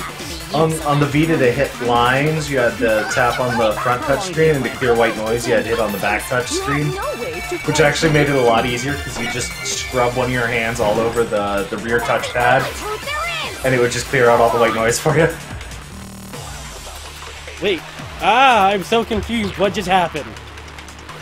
I thought I cleared all the white noise, and then I shot, and then stuff. I don't want to run out. Hifumi he wanted us to know the killer. If there's one person, It would have to be you, Celeste. how many times? Celeste, you Ludenberg! How long do you plan? I'm not pretending. And since You have no way to contradict me. There we go. Nothing's wrong.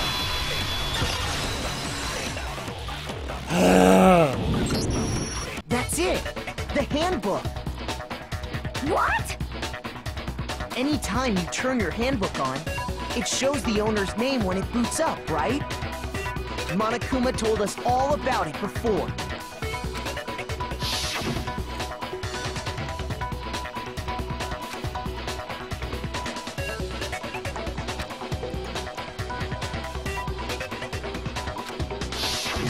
So all we have to do is check her handbook, and that'll clear up everything. That's how we can find out Celeste's real name. that's an invasion of privacy. I refuse to cooperate. Celeste, can you please just tell us what really happened? Please, just tell us. Even when I'm put in check, it's just my nature not to give up. Because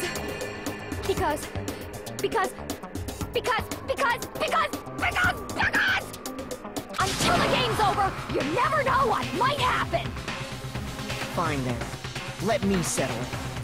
Let me go over the case again, from the beginning, and shed light on all your crimes. And that'll bring everything to an end. Ooh, closing argument. Alright. Chillin'. Why the fuck we have the poster from Chapter 2. Go fuck yourselves.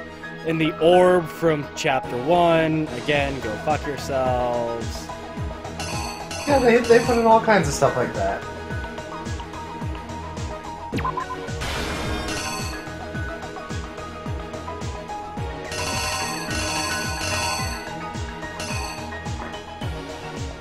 You almost got up to me.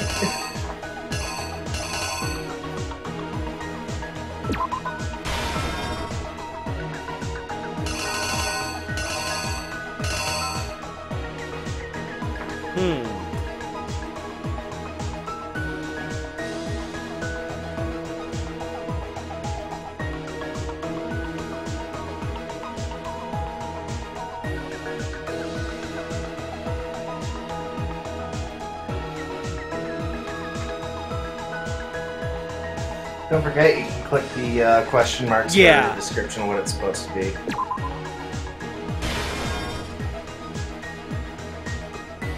Okay, it's time. Got it.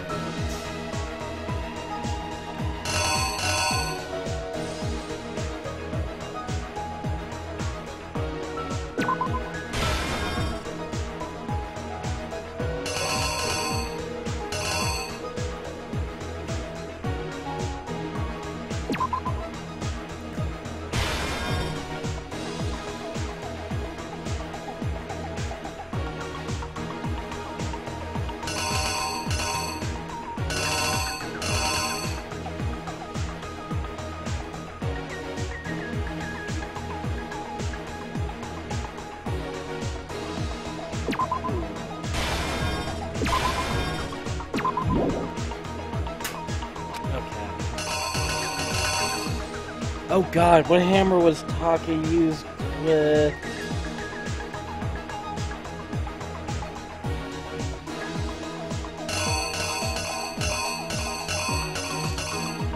If you look back, it's in some of the earlier panels. Oh, is it? Oh, it's Yeah. 4, okay. That's the one thing that makes this reasonably easy to remember, is they show it. Yeah.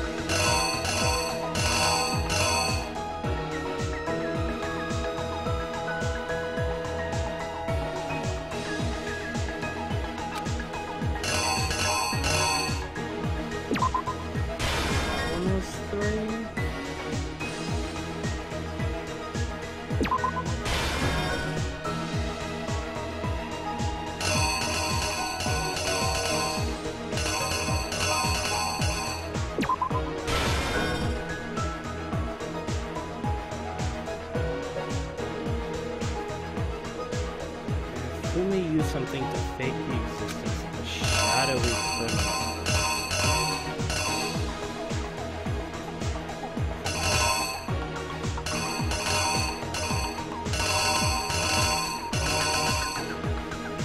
It's a justice hammer.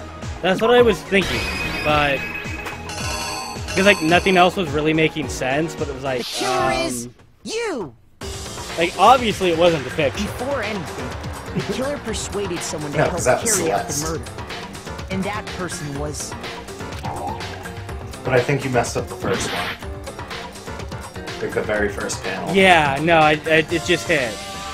Oh.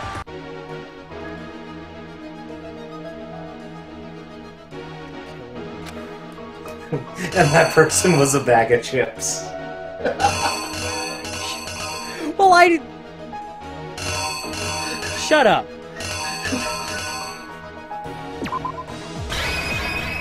The killer is you! Before anything, the killer persuaded someone to help carry out the murder. And that person was...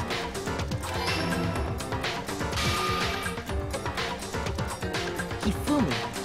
With an accomplice, the killer was able to execute a number of otherwise impossible schemes.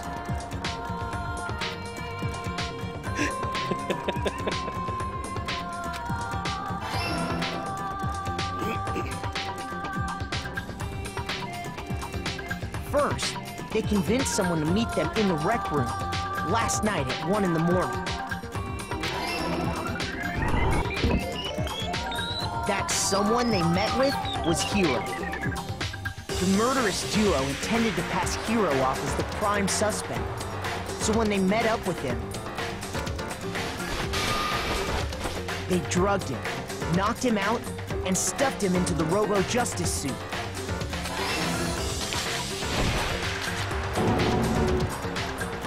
Next, Hifumi positioned himself to make it look like Robo-Justice was attacking him, while the killer used a digital camera to take pictures of the assault. They did all this just to create evidence that would put the suspicion on Hiro. When they were done with him, they shoved him, still unconscious, into the pool room locker. And then finally, at 6 a.m., they moved into the murder phase of their plan. They called Taka to the equipment room.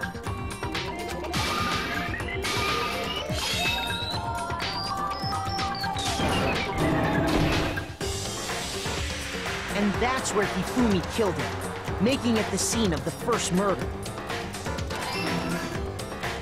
The murder weapon was Justice Hammer 4, which was left there in the equipment room.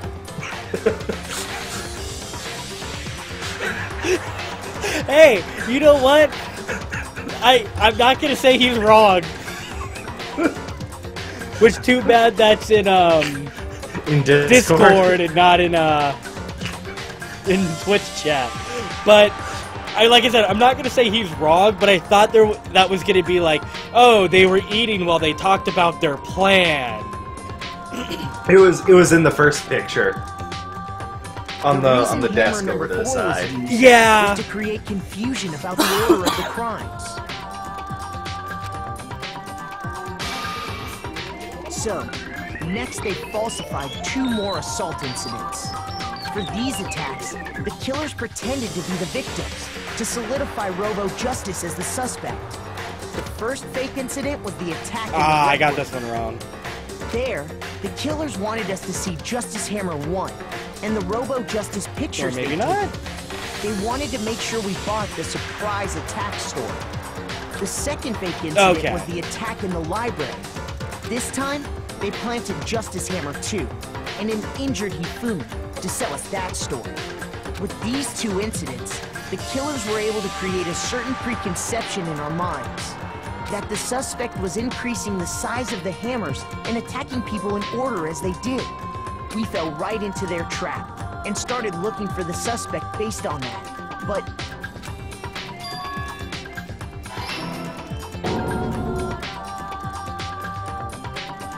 while we did that, we left Hifumi alone in the nurse's office. This was exactly what Hifumi was hoping for. We took a blood packet from the refrigerator and Justice Hammer 3 and turned the room into a crime scene in which he himself had apparently been brutally murdered. He let out a scream to draw us back, and when we returned, that's what we found. Meanwhile, the other group that had been out searching found Taka's body at the same time.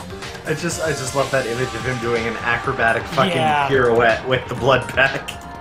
So when we heard the body discovery announcement, we naturally assumed it was for Hifumi. We left the nurse's office, and Hifumi once again took advantage of the situation. He simply got up and made his escape. When we learned his body had disappeared, we all rushed back to the nurse's office. And once again, Hifumi had the chance he was waiting for. This time, he snuck into the equipment room.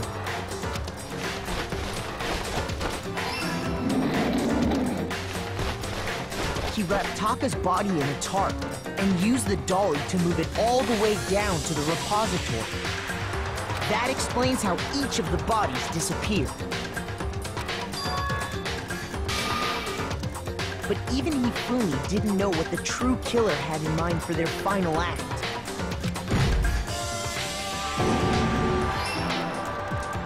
Their plan all along was to kill Hifumi and get rid of the one person who could betray them.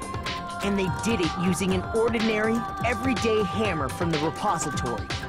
That should cover everything that happened in this case. And the villain behind it all is...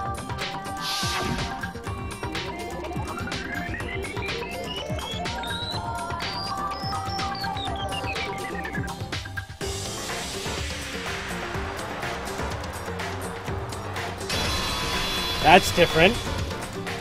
Celeste! Sorry, you lose. Woo! I lost? I lost? When was the last time I was forced to utter such words? They hang heavy around my neck. Then you admit it? You're the killer? Listen to you, trying to take charge, as if you're my private instructor. I, Celestia Ludenberg.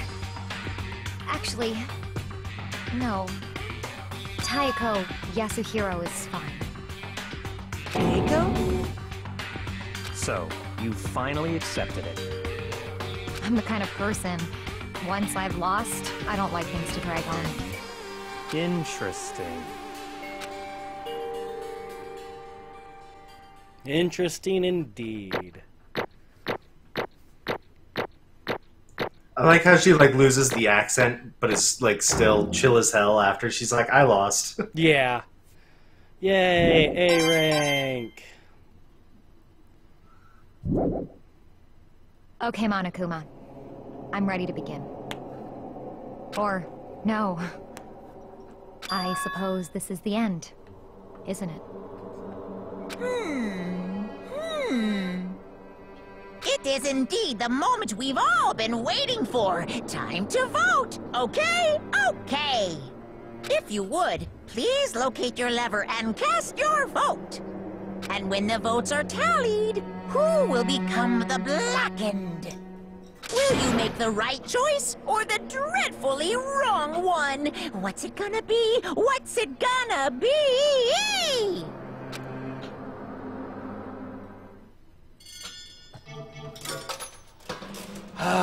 Time for another punishment.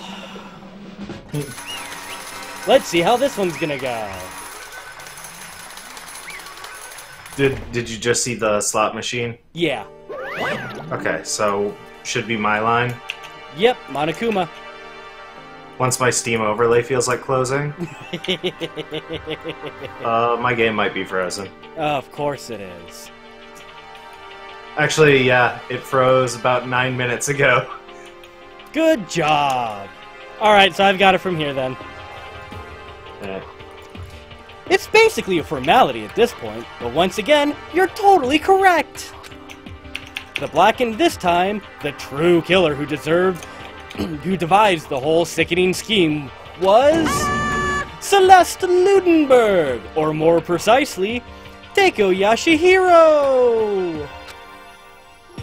Honestly. I lost. Well, that sucks. I guess trying to work with someone else was a mistake after all. Hifumi's ineptitude was beyond my calculations. I knew it. So, you really did approach Hifumi with this plan? But how did you get him to agree? I can't imagine he would have happily agreed to commit murder. I'm sure she relied on her specialty, lying. My specialty? Don't make me laugh. I didn't have to lie to get him to agree. So then... Then did you use... you know... I knew you'd figure it out, Kyoko. You're absolutely right. To get Hifumi to act as my accomplice, Indeed. I used her. For everyone who's still left, I avoided mentioning it by name, but... it was the one thing Hifumi and Taka were both super into. Does she mean... is she talking about alter ego? Say what? What? What? What are you talking about? Just a second.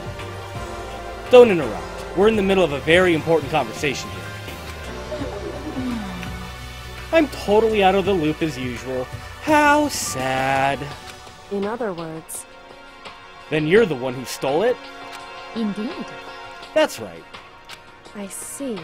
And you used it to drag Hifumi into the plan you'd come up with. Right again.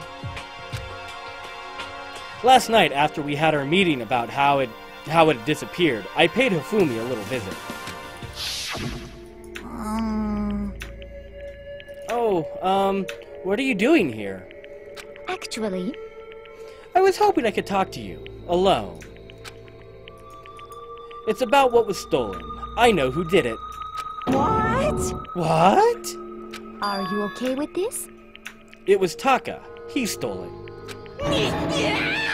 What?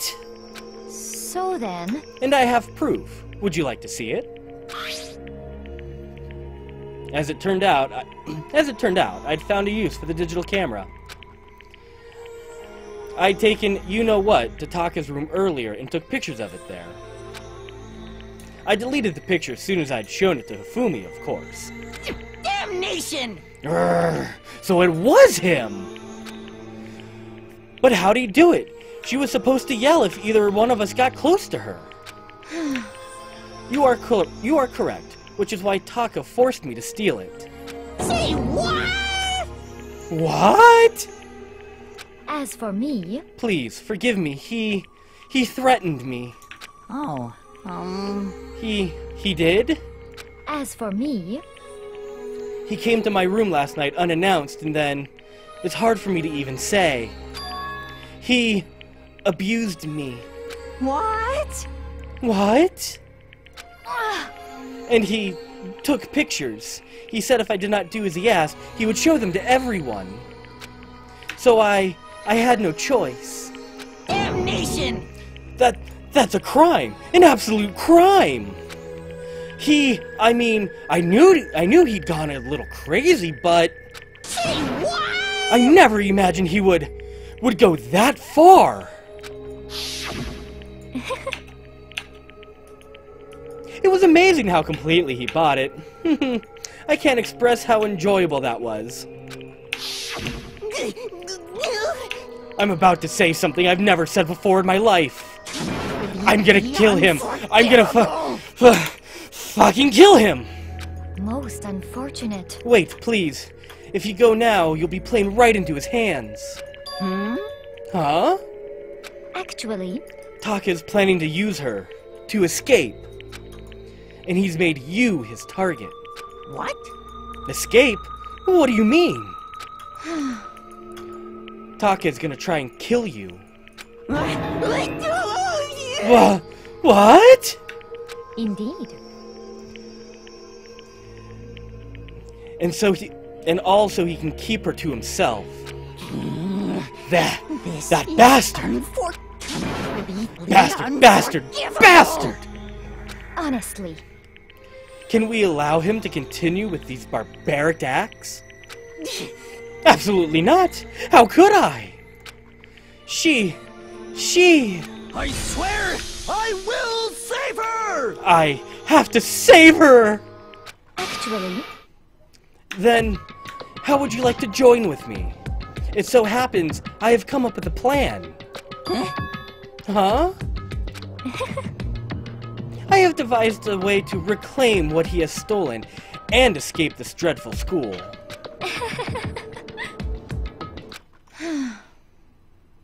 And with that, it is complete. Huh? What are you talking about? Oh, nothing. Hifumi agreed without a second thought. The effect that item had on him was remarkable. The power of love. Even a love as twisted as that can still drive people mad, it would seem. You disgust me. I see. I have another question for you. Was that strange costume Hifumi's creation? Indeed. Yeah, it was a real pain in the butt, too. All I asked him to do was make something to hide the face and general body size. I had no idea he'd come up with something like that. But it's my fault for picking him in the first place. But... So, why'd you decide to make me the suspect? Because you're stupid. That's it? Let's see... And in that regard, I made the right choice. So I'm glad your stupidity surpassed my every expectation. Life must have been tough on your parents. Yeah, life must have been tough on your parents, though. I feel like I could cry. well, But when you were explaining your plan to Hifumi, how did you explain the part about him playing dead? What she's asking is, what was Hifumi's purpose to do after that? Assuming you had actually let him live. Are you okay with this? That's simple. After he did his part and pretended to be dead, when someone showed up, I told him to say he'd been seriously wounded. He was on the verge of death, but he was just barely held on. And he really believed that? Well, of course. That wasn't all there was to it. As I explained it to Hifumi, the plan was, while you were all questioning him about what had happened to him, I was going to murder someone else. At that point, Hifumi would have had an alibi, so nobody would doubt him. I told him that, and he believed it. It all seems very straightforward. Stereotypical. I just matched the lie to the level of the opponent. In fact, Hifumi ate it up. He believed the lie wholeheartedly, right up until the moment of his death. So in the end... So you had planned to kill him all along. But of course. There would have been no point to my plan if the one who pretended to be dead did not end up dead himself. What the heck? How can a human life be so little to you? Well, That's a non-issue. I simply did everything in my power to win. Don't be mean! Now you sound like Byakuya! I wonder about that. No, he derives his pleasure from the thrill of the hunt. In that aspect, we're nothing alike. Why? Then, what made you take things this far? What the heck? Was it really just for money? Are you talking about the $10 million Monokuma offered us? That is a lot of money, it's true. But that's not all there is to it. From the moment our new lives began, my only thought has been escape. But all along you've been saying how we have to accept living here. You little bitch! Obviously that was a lie. Yeah. Hey! I couldn't take it. I hated it from day one. More than anyone else here. You little bitch! I wanted to get out. Every day was fresh torture. And you want to know why? Huh? This is fine. Because I had a dream. And accepting a life here would meant nothing less than giving up on my dream forever. Honestly. And there was no way that I could ever do that. In the underground world of gambling, I risked my life to make a metaphorical killing. As for me... And it was all for that dream. And what was this dream of yours? Isn't it wonderful? To live in a European castle. Castle?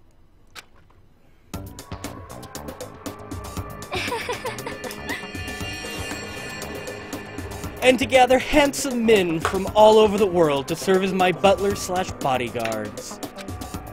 I was gonna make them dress up like vampires and satisfy my every need.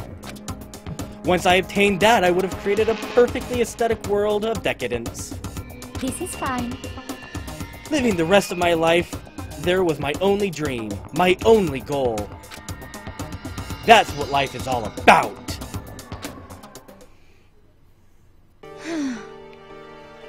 Combined with my own winnings, Monokuma's $10 million would have made that dream a reality.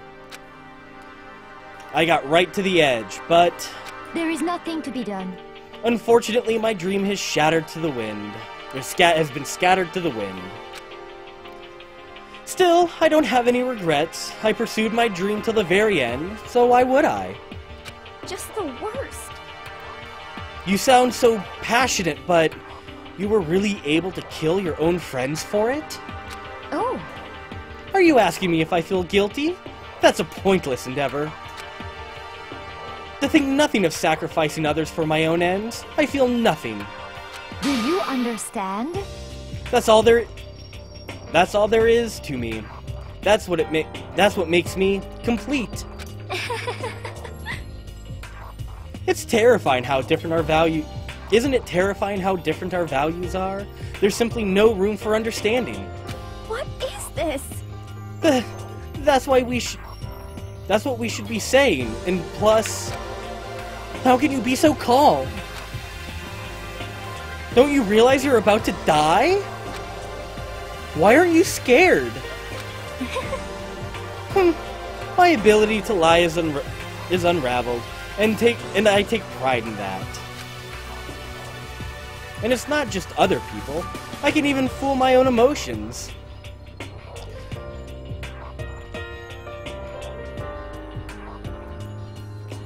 Their consciousness derives the unconsciousness. I probably fucked that up, whatever. And that's why you're not scared? Yes, indeed. That's right. I don't fear death. Kill me however you like. But you know, if I could be reincarnated, if I had a choice, then... Isn't it wonderful? I think I'd like to come back as Marie Antoinette. Hey. You just get executed again.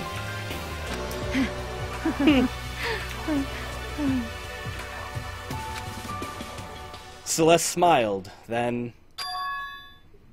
And when she did, it took me... Oh, wow. And when she did, it looked to me like a poor effort to force it. She claimed she could fool her own feelings. But that statement itself must have been her final lie. And that weak, fake smile is what betrayed her. Kills! Chills! Kills! You all done? Okay, let's get rolling. The Blackened disturbed the peace and must pay the price. Now then, I prepared a very special punishment. Let's give it everything we've got. I'm almost caught back up. It's punishment time! I guess I'll let Kyoko hold on to this. What the hell did my game have to crash? At least it was your game and not mine. That's true. Will it really give you the I whole had to do the whole trial over. I can't say I ever saw it that way. Which is why...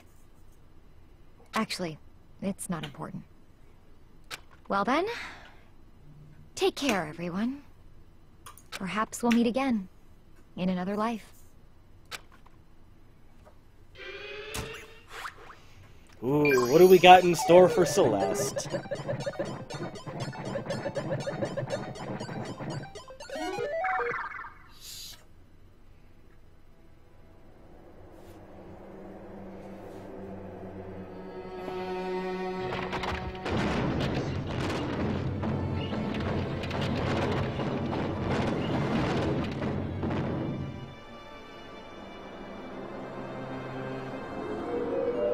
Ha ha ha!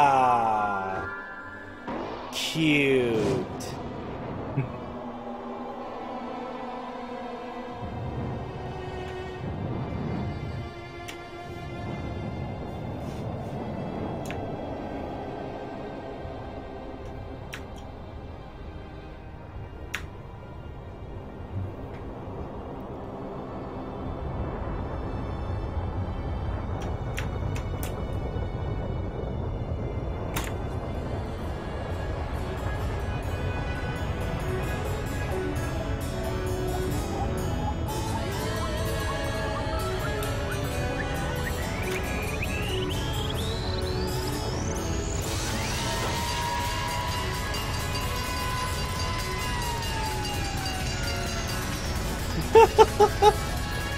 The fuck?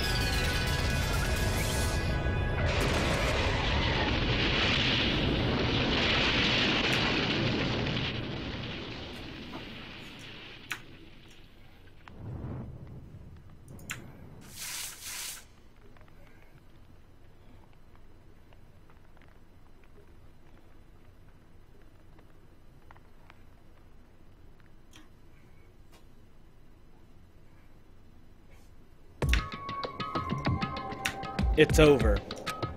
The third execution is over. Celeste's death is over. Celeste killed my friends, so I can't pity her, but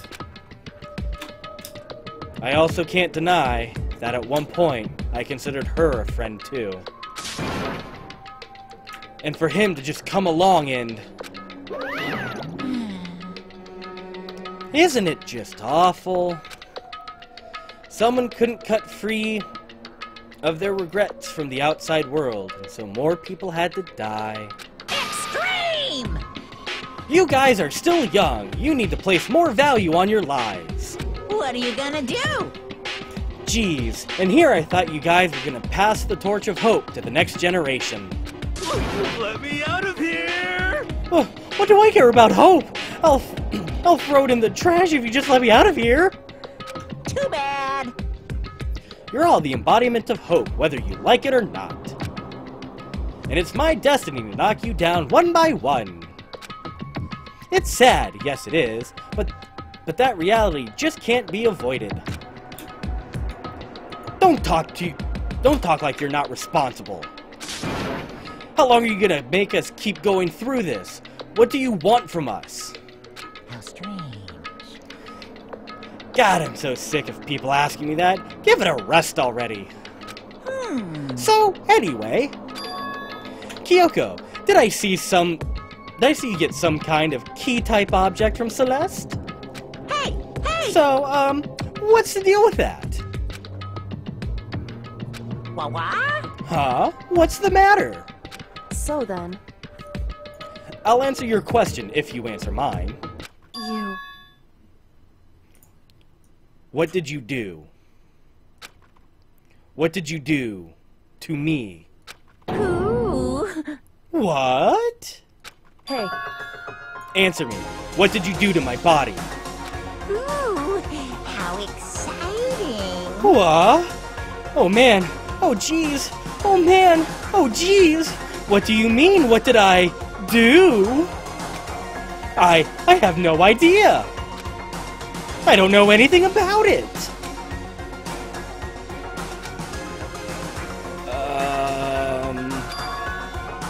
What was that just now? The mastermind did something to Kyoko's body? What does that mean? Hello. Okay, things are getting a little awkward. I think it's time I got out of here. Well? Meanwhile, you guys can go on enjoying your school life. If you get lonely, give me a shout. Not that I'll do anything about it, of course. See ya later! See ya! Monokuma disappeared, leaving us all depressed and in despair. Although, it wasn't all despair. There was one small hope. Hey, Kyoko. Monokuma already mentioned it, but... what's that key that Celeste gave you? so... Most likely, it's the key to one of the dressing room lockers. Huh? What? Then that means... Celeste probably hid it there. Hey, I suppose sometimes it's easiest to mess with what's right beneath your nose, or to miss what's right beneath your nose. Well then, we'd better go check. Indeed. Good idea. We left the courtroom and rushed to the dressing room. As we approached the dressing room, Kyoko looked back at us and said, Hey, I'm going to go on alone from here. Everyone else head back to the dining hall. I'll check in with you later. What? Why exactly are you going alone? so... Do you even have to ask? As she spoke, she glanced quickly at the surveillance camera. Come on. That's not what I meant. Why you? There's still a risk of a spy, you know. Then I'll go too. What? You? Please, let me go.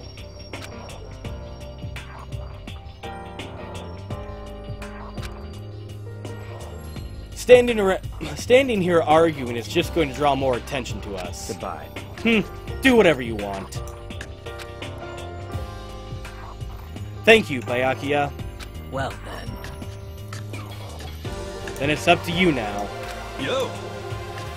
I'm gonna go to the dining hall, okay? Huh? So, Makoto and Kyoko are going together? Does that mean what I think it means? Okay. Good luck, Makoto. Girls are total pushovers when you show a little backbone. I tried to forget what Hina said. Everyone headed to the dining hall, leaving me and Kyoko there alone. Shall we go? Well, shall we? Yeah. So then... We need to get into that locker. Kyoko took the key Celeste had given her and unlocked the locker. And as the locker swung open, we saw... You're really cool. Good morning! It's been a while, hasn't it? It's safe, thank goodness. I'd never heard Kyoko sound so relieved. It was like she was speaking from the bottom of her heart. I did just what Celeste asked. I didn't say a word. I stayed quiet the entire time. Oh, and I think I might be able to open the last set of files soon. Maybe as early as tomorrow. I'm doing my best, so please wait just a little while longer. So now we can officially say the case is closed. As far as this incident is concerned, sure, but can we take a second? Since we have this opportunity, I want you to be honest with me. Kyoko, please tell me, what are you trying to do all on your own here at the school? Is that why you wanted to come here with me? However... Regardless, that's not something you need to know right now. I don't need to know? That just makes me even more worried. What? Worried? Like what happened during the investigation this time. You disappeared, and we didn't see you again. Without warning, without explanation. When you do that... Indeed. It's only natural that they think I'm the mastermind spy, right? And you too. No! I believe in you. What?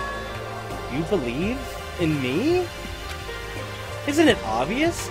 People believe in their friends, right? That's why I want you to tell me. And I want you to believe in me too. Because we're friends. I can't back up. I understand. It's true. Then, maybe I can believe in you. Just a little bit more. Then... That's fine. Fine, I'll tell you. I'll tell you why I've been disappearing and where I've been going. You see... Told you it wouldn't take long. What I heard from Kyoko then was... Well, frankly, it kind of blew my mind. Right after I told Kyoko I believed in her, she told me a story that was, well, almost unbelievable. I decided I had to confirm what she told me with my own eyes. I waited for nighttime to come. And when it did, I went into action.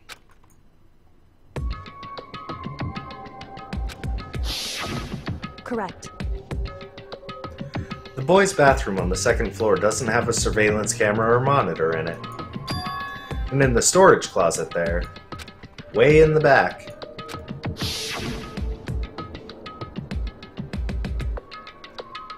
she said it was way in the back of the boys' bathroom storage closet, but could Kyoko really be right about this? Alright, time to go to the boys' bathroom.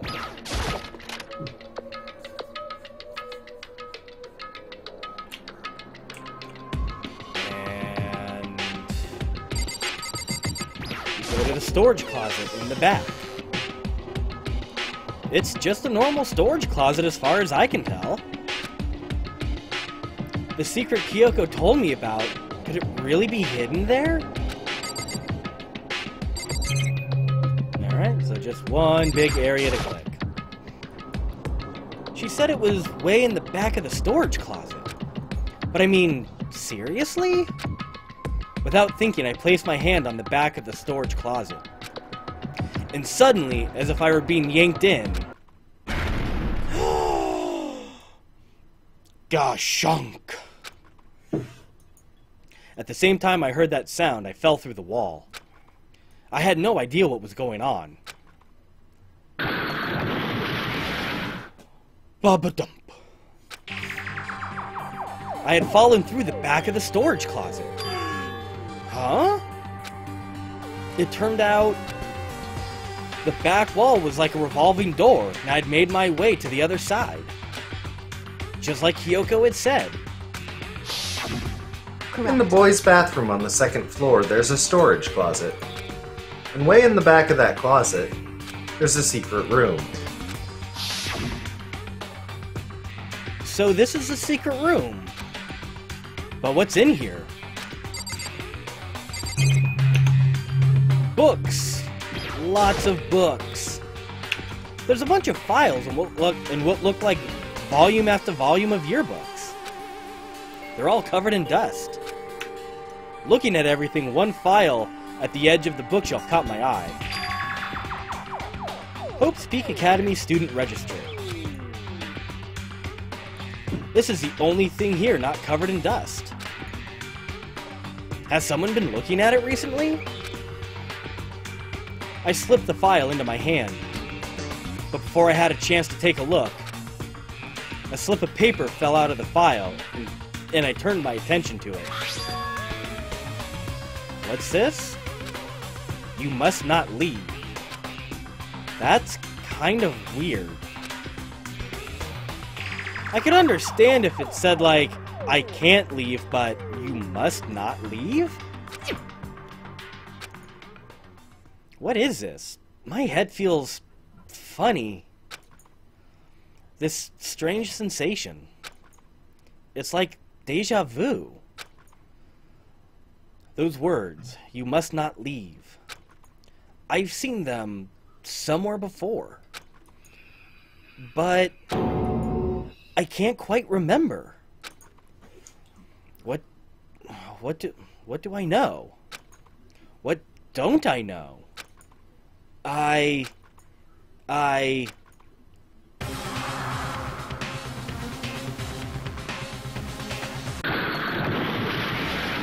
Whoopsie!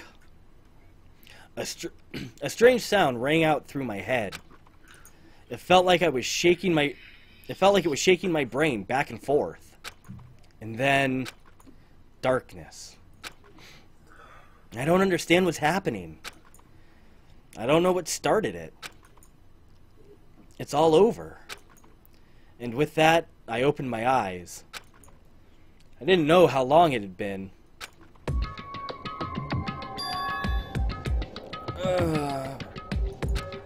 Ow. Apparently something hit me, and I lost consciousness. Good going, Sherlock. That's all I understood. The dull, throbbing pain in my head proved that much at least. Alright, now the empty bookshelf. An empty bookshelf. Huh? Empty? Gone. It's all gone.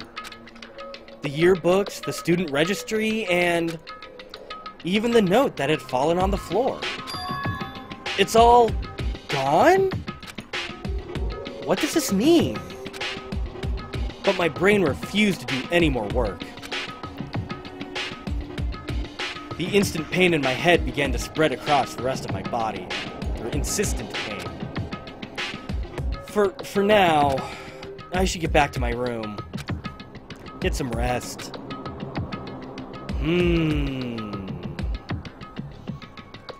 My body was heavy with pain. My mind heavy with thought. I dragged myself back toward my room.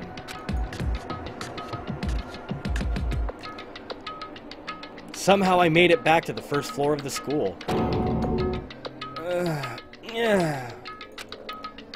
The farther I walk, the more I felt... Things are getting blurry. Can't see in front of me. I couldn't stop myself from collapsing right there. And after that...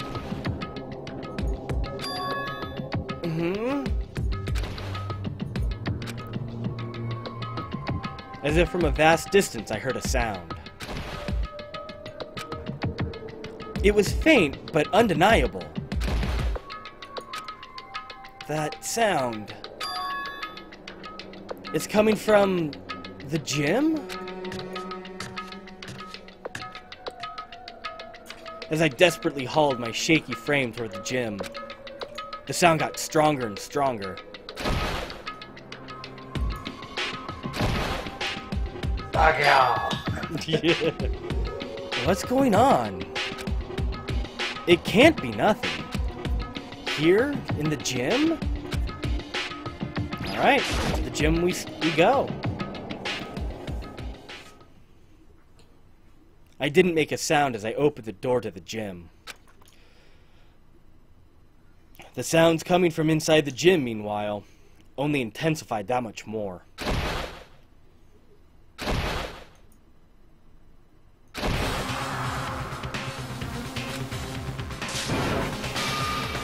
No!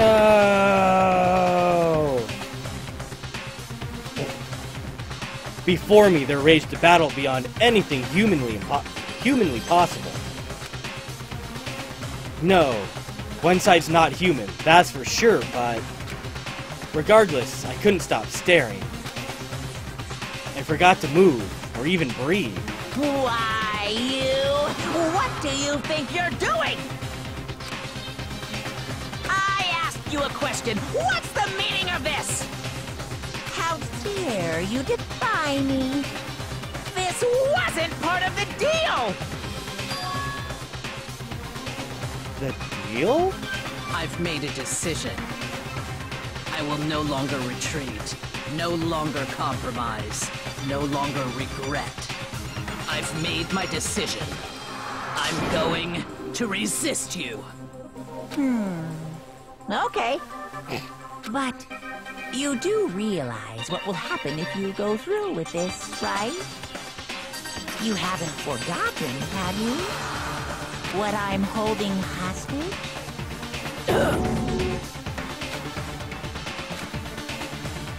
What am I looking at? What am I hearing? A hostage? Then could it be the mastermind spy is...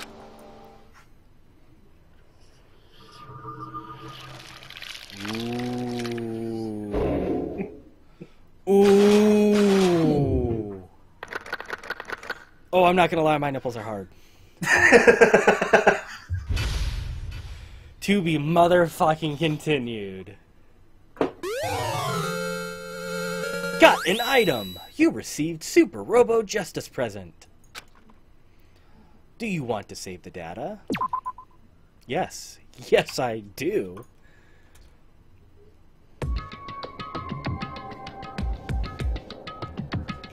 So, are you back on board now? Wow, yeah, I'm definitely back on board. Yeah, I don't know what it was about Trial 2, and I hate to make the excuse of I wasn't in the right mindset, but, like, this one just seemed to click for me better. And I think if it wasn't for Trial 2, this one would have been the one where you were like, I don't get it. But I think because you saw the kind of shit they were going to pull in Trial 2, you were able to... Yeah, like, it started to make me think outside of the box, and, like, I was right on a lot of things, which I'm kind of surprised about. Yeah. Like, the money wasn't the main motive. It was just kind of icing on the cake. The disappearance of Alter Ego was used as motive. Yeah. And, you know, I kind of came to that conclusion that, you know, Hifumi killed Taka, and then looping it back around to Celeste as everything was kind of replaying out during the trial, kind of refreshing my memory a little bit more of all of those events. It was like, oh my god, it has to be Celeste. And it started making more sense, you know, because she is a gambler, you know, strategy would be in her, you know, toolbox. In her wheelhouse. Yeah. In her, you know, and that wouldn't be something to come up with a plan that involved. So, yeah, it was really, really interesting. Yeah, no, I really liked Case 3. I will say, up until the fire engine, that was probably so far the most disturbing, execution. And not I love the fire engine. The fire engine was, like, that came out of left field for me. Like, okay, she's gonna, you know, it's like burning a witch at the stake. You know, okay, I can get behind this. And the fact that made it disturbing for me was just the fact she was taking it. I mean, Mondo to an extent did, but the fact that, you know, she was smiling and just sort of like, okay, this is my fate now, groovy, bring it on. Yeah. And then fucking Fire Engine was fucking hilarious. And then Monokuma putting out that small little twig on fire. Yeah. That was bonkers. This is one of my favorites. Yeah, this one definitely was really, really good. I did super enjoy this one. So, interesting to find out that Sakura is the spy. Yeah. So I'm really interested to see where that's going to play out. So that was a nice little mystery answered from the end of Chapter 2. Where we saw the mysterious figure with Monokuma, and Monokuma being like, oh, I was expecting you to make the first move. So yeah, that was super, super cool. But now this whole mysterious figure that knocked you out and cleared the room out, that note about the don't leave. And I'm trying to think, was that in the crayon note in when you wake up? Or was that somewhere else? Okay, that was somewhere else. Mm-hmm. Okay, I don't remember where that was seen before. Or maybe it hasn't been. Or maybe it hasn't been. Very fair point. So, yeah. Yeah. I'm super interested. I'm actually really happy with that trial, because kind of like you said, you know, I'm back on board with the game as a whole now.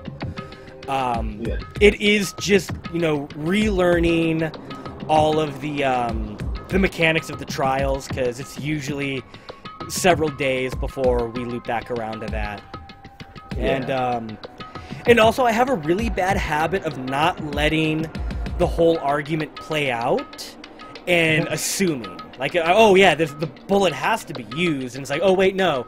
There's that whole memorizing, and then you use the memorized bullet to counteract something, and, you know, then I have to, like, either you kind of remind me or I just end up remembering, so... I mean, outside of that, that's the only, part I have. That's my own fault and with how we're playing it. I mean, that's nothing, that's no discredit to the game at all. Like, if I was playing each chapter in one sitting, that wouldn't be an issue. Yeah.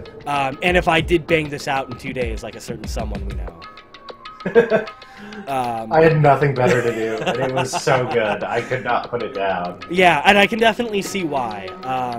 But yeah, I'm super interested to see where the rest of this is. But I will have to ask, has anybody tried going to murdergear.com/ Hammer Time? Hammer Time. Oh my god, if that is not a fucking website, that needs to be. Like, when I get a job, if that is not a domain, I am taking that. And it's just gonna be a the Justice Hammers and the picture of Genocide Jill. It's just gonna be Justice Hammers. Like with a fake store so you can buy them. Like, that would be great. The murdergear.com store only accepts mono coins. Yes. Which somebody will make into a real cryptocurrency just to fuck you over. Oh, I would so do that. I would so do that. Thank you for not spoiling that one, because that was so much more fun to actually come across.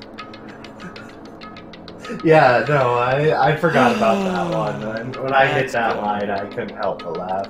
Yeah, so I think, unless Mike says otherwise, this is probably a good time to wrap it up for tonight. It's a reasonably good time to wrap it up. I did want to say something, though. Oh, okie dokie. About the trials from 2. Okay. It's not spoilery or anything. So you still have the memorization and the white noise and stuff like that. Right. But they add blue weak points as well. Interesting. The orange ones are the ones you contradict, much like you do in this game. The blue weak points are ones you agree with. Oh, interesting. 3 and 4. So the trial dynamic in 2 is a lot more interesting. Huh. That is kind of interesting. So it was just something I was thinking about when you were talking about the trial mechanics. I was like, the trial mechanics in 2 are so much more refined, and there's so much more you can do. Oh yeah, I bet. Like I say, I always consider the first game in a series more of a proof of concept. 2 is where they've polished everything up, and if 3 sucks, that's on them because they know better. So yeah. Dear Uncharted 3. What the hell? I need to get back on that, but we've got a schedule, and it's really crazy for me. It's crazy for everybody. Hey, well, it's crazy for us. Yeah, because I mean, I'm trying to do my things. I'm also in on your streams because we're doing this, and yeah. Yeah, I will admit I don't know what I'm gonna do for Danganronpa 2. I'm not going to confirm that Mike and I are gonna do VO, because it might go a little bit faster if I don't, or if we don't. So, because we are on a little bit of a time crunch to get certain things done, if that does come out in the middle of everything else, that's probably going to be a little more of a quickie than a production. So... Or, you know, we could always just wait a little bit longer. That's also possible. So, like I said, we're not confirming or denying anything with how Danganronpa 2 is going to work. But, the release date hasn't even been confirmed yet. It's right. just a rumor as it currently sits. But, I mean, like...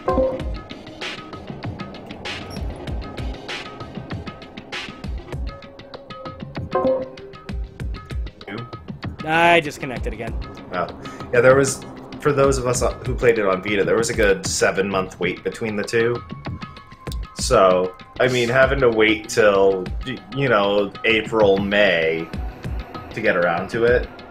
Right. When you're wrapping this one in March, not going to be the worst of scenarios. Obviously, probably by the time you finish this one, not the way you're going to want it to have gone down. Yeah, but it's not the worst case scenario. I mean, it could be like a year before they release number 2 type of thing. But yeah, I mean, like I said, that's just sort of if Danganronpa 2 comes out, if we try and squeeze it in before some of the other major titles coming out, that might be a possibility. We might just delay it until we're done with those so we can do this quote-unquote properly.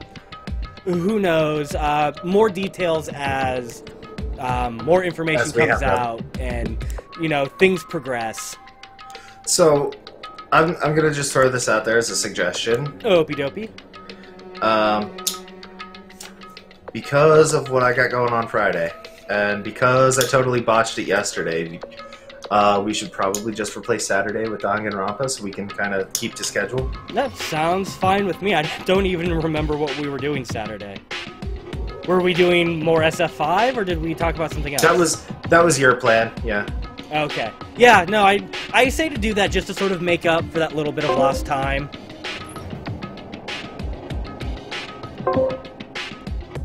As I disconnect yet again. Yeah. But, yeah, I'm totally fine with that. Yeah, let's knock out more Danganronpa. So, again, we're going to try and keep this pace of, you know, we'll have one day of the day-to-day activities. Second day will hopefully be investigation and trial.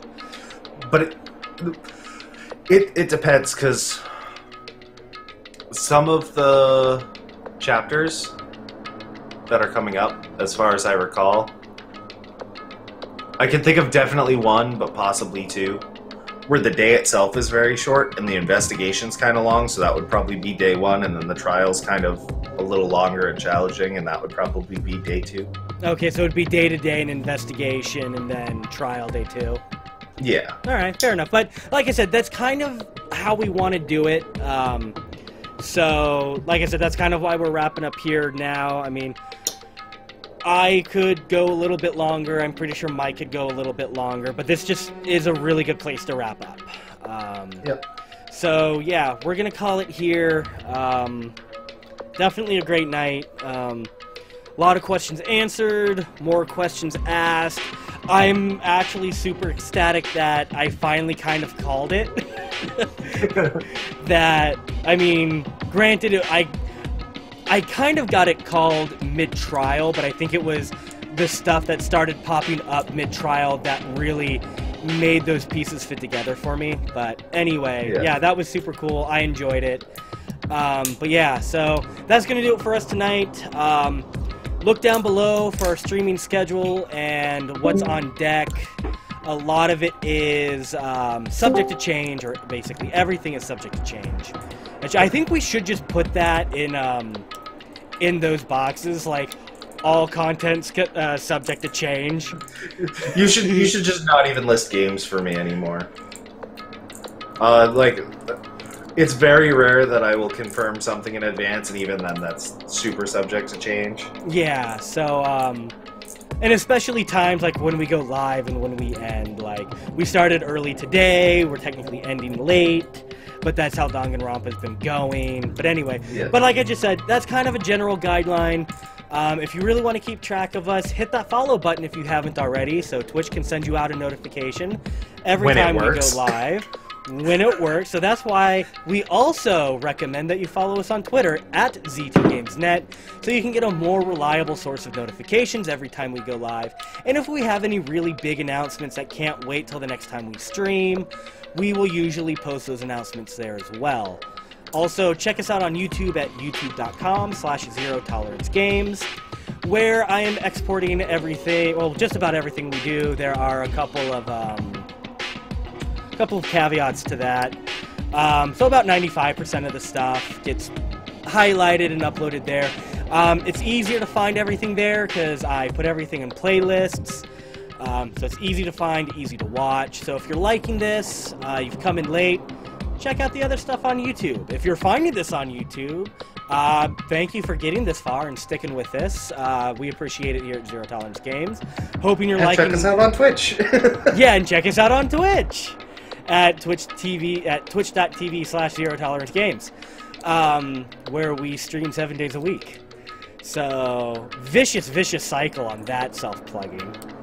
But yeah, so thank you everybody for tuning in, joining, watching us, giving us all that wonderful support.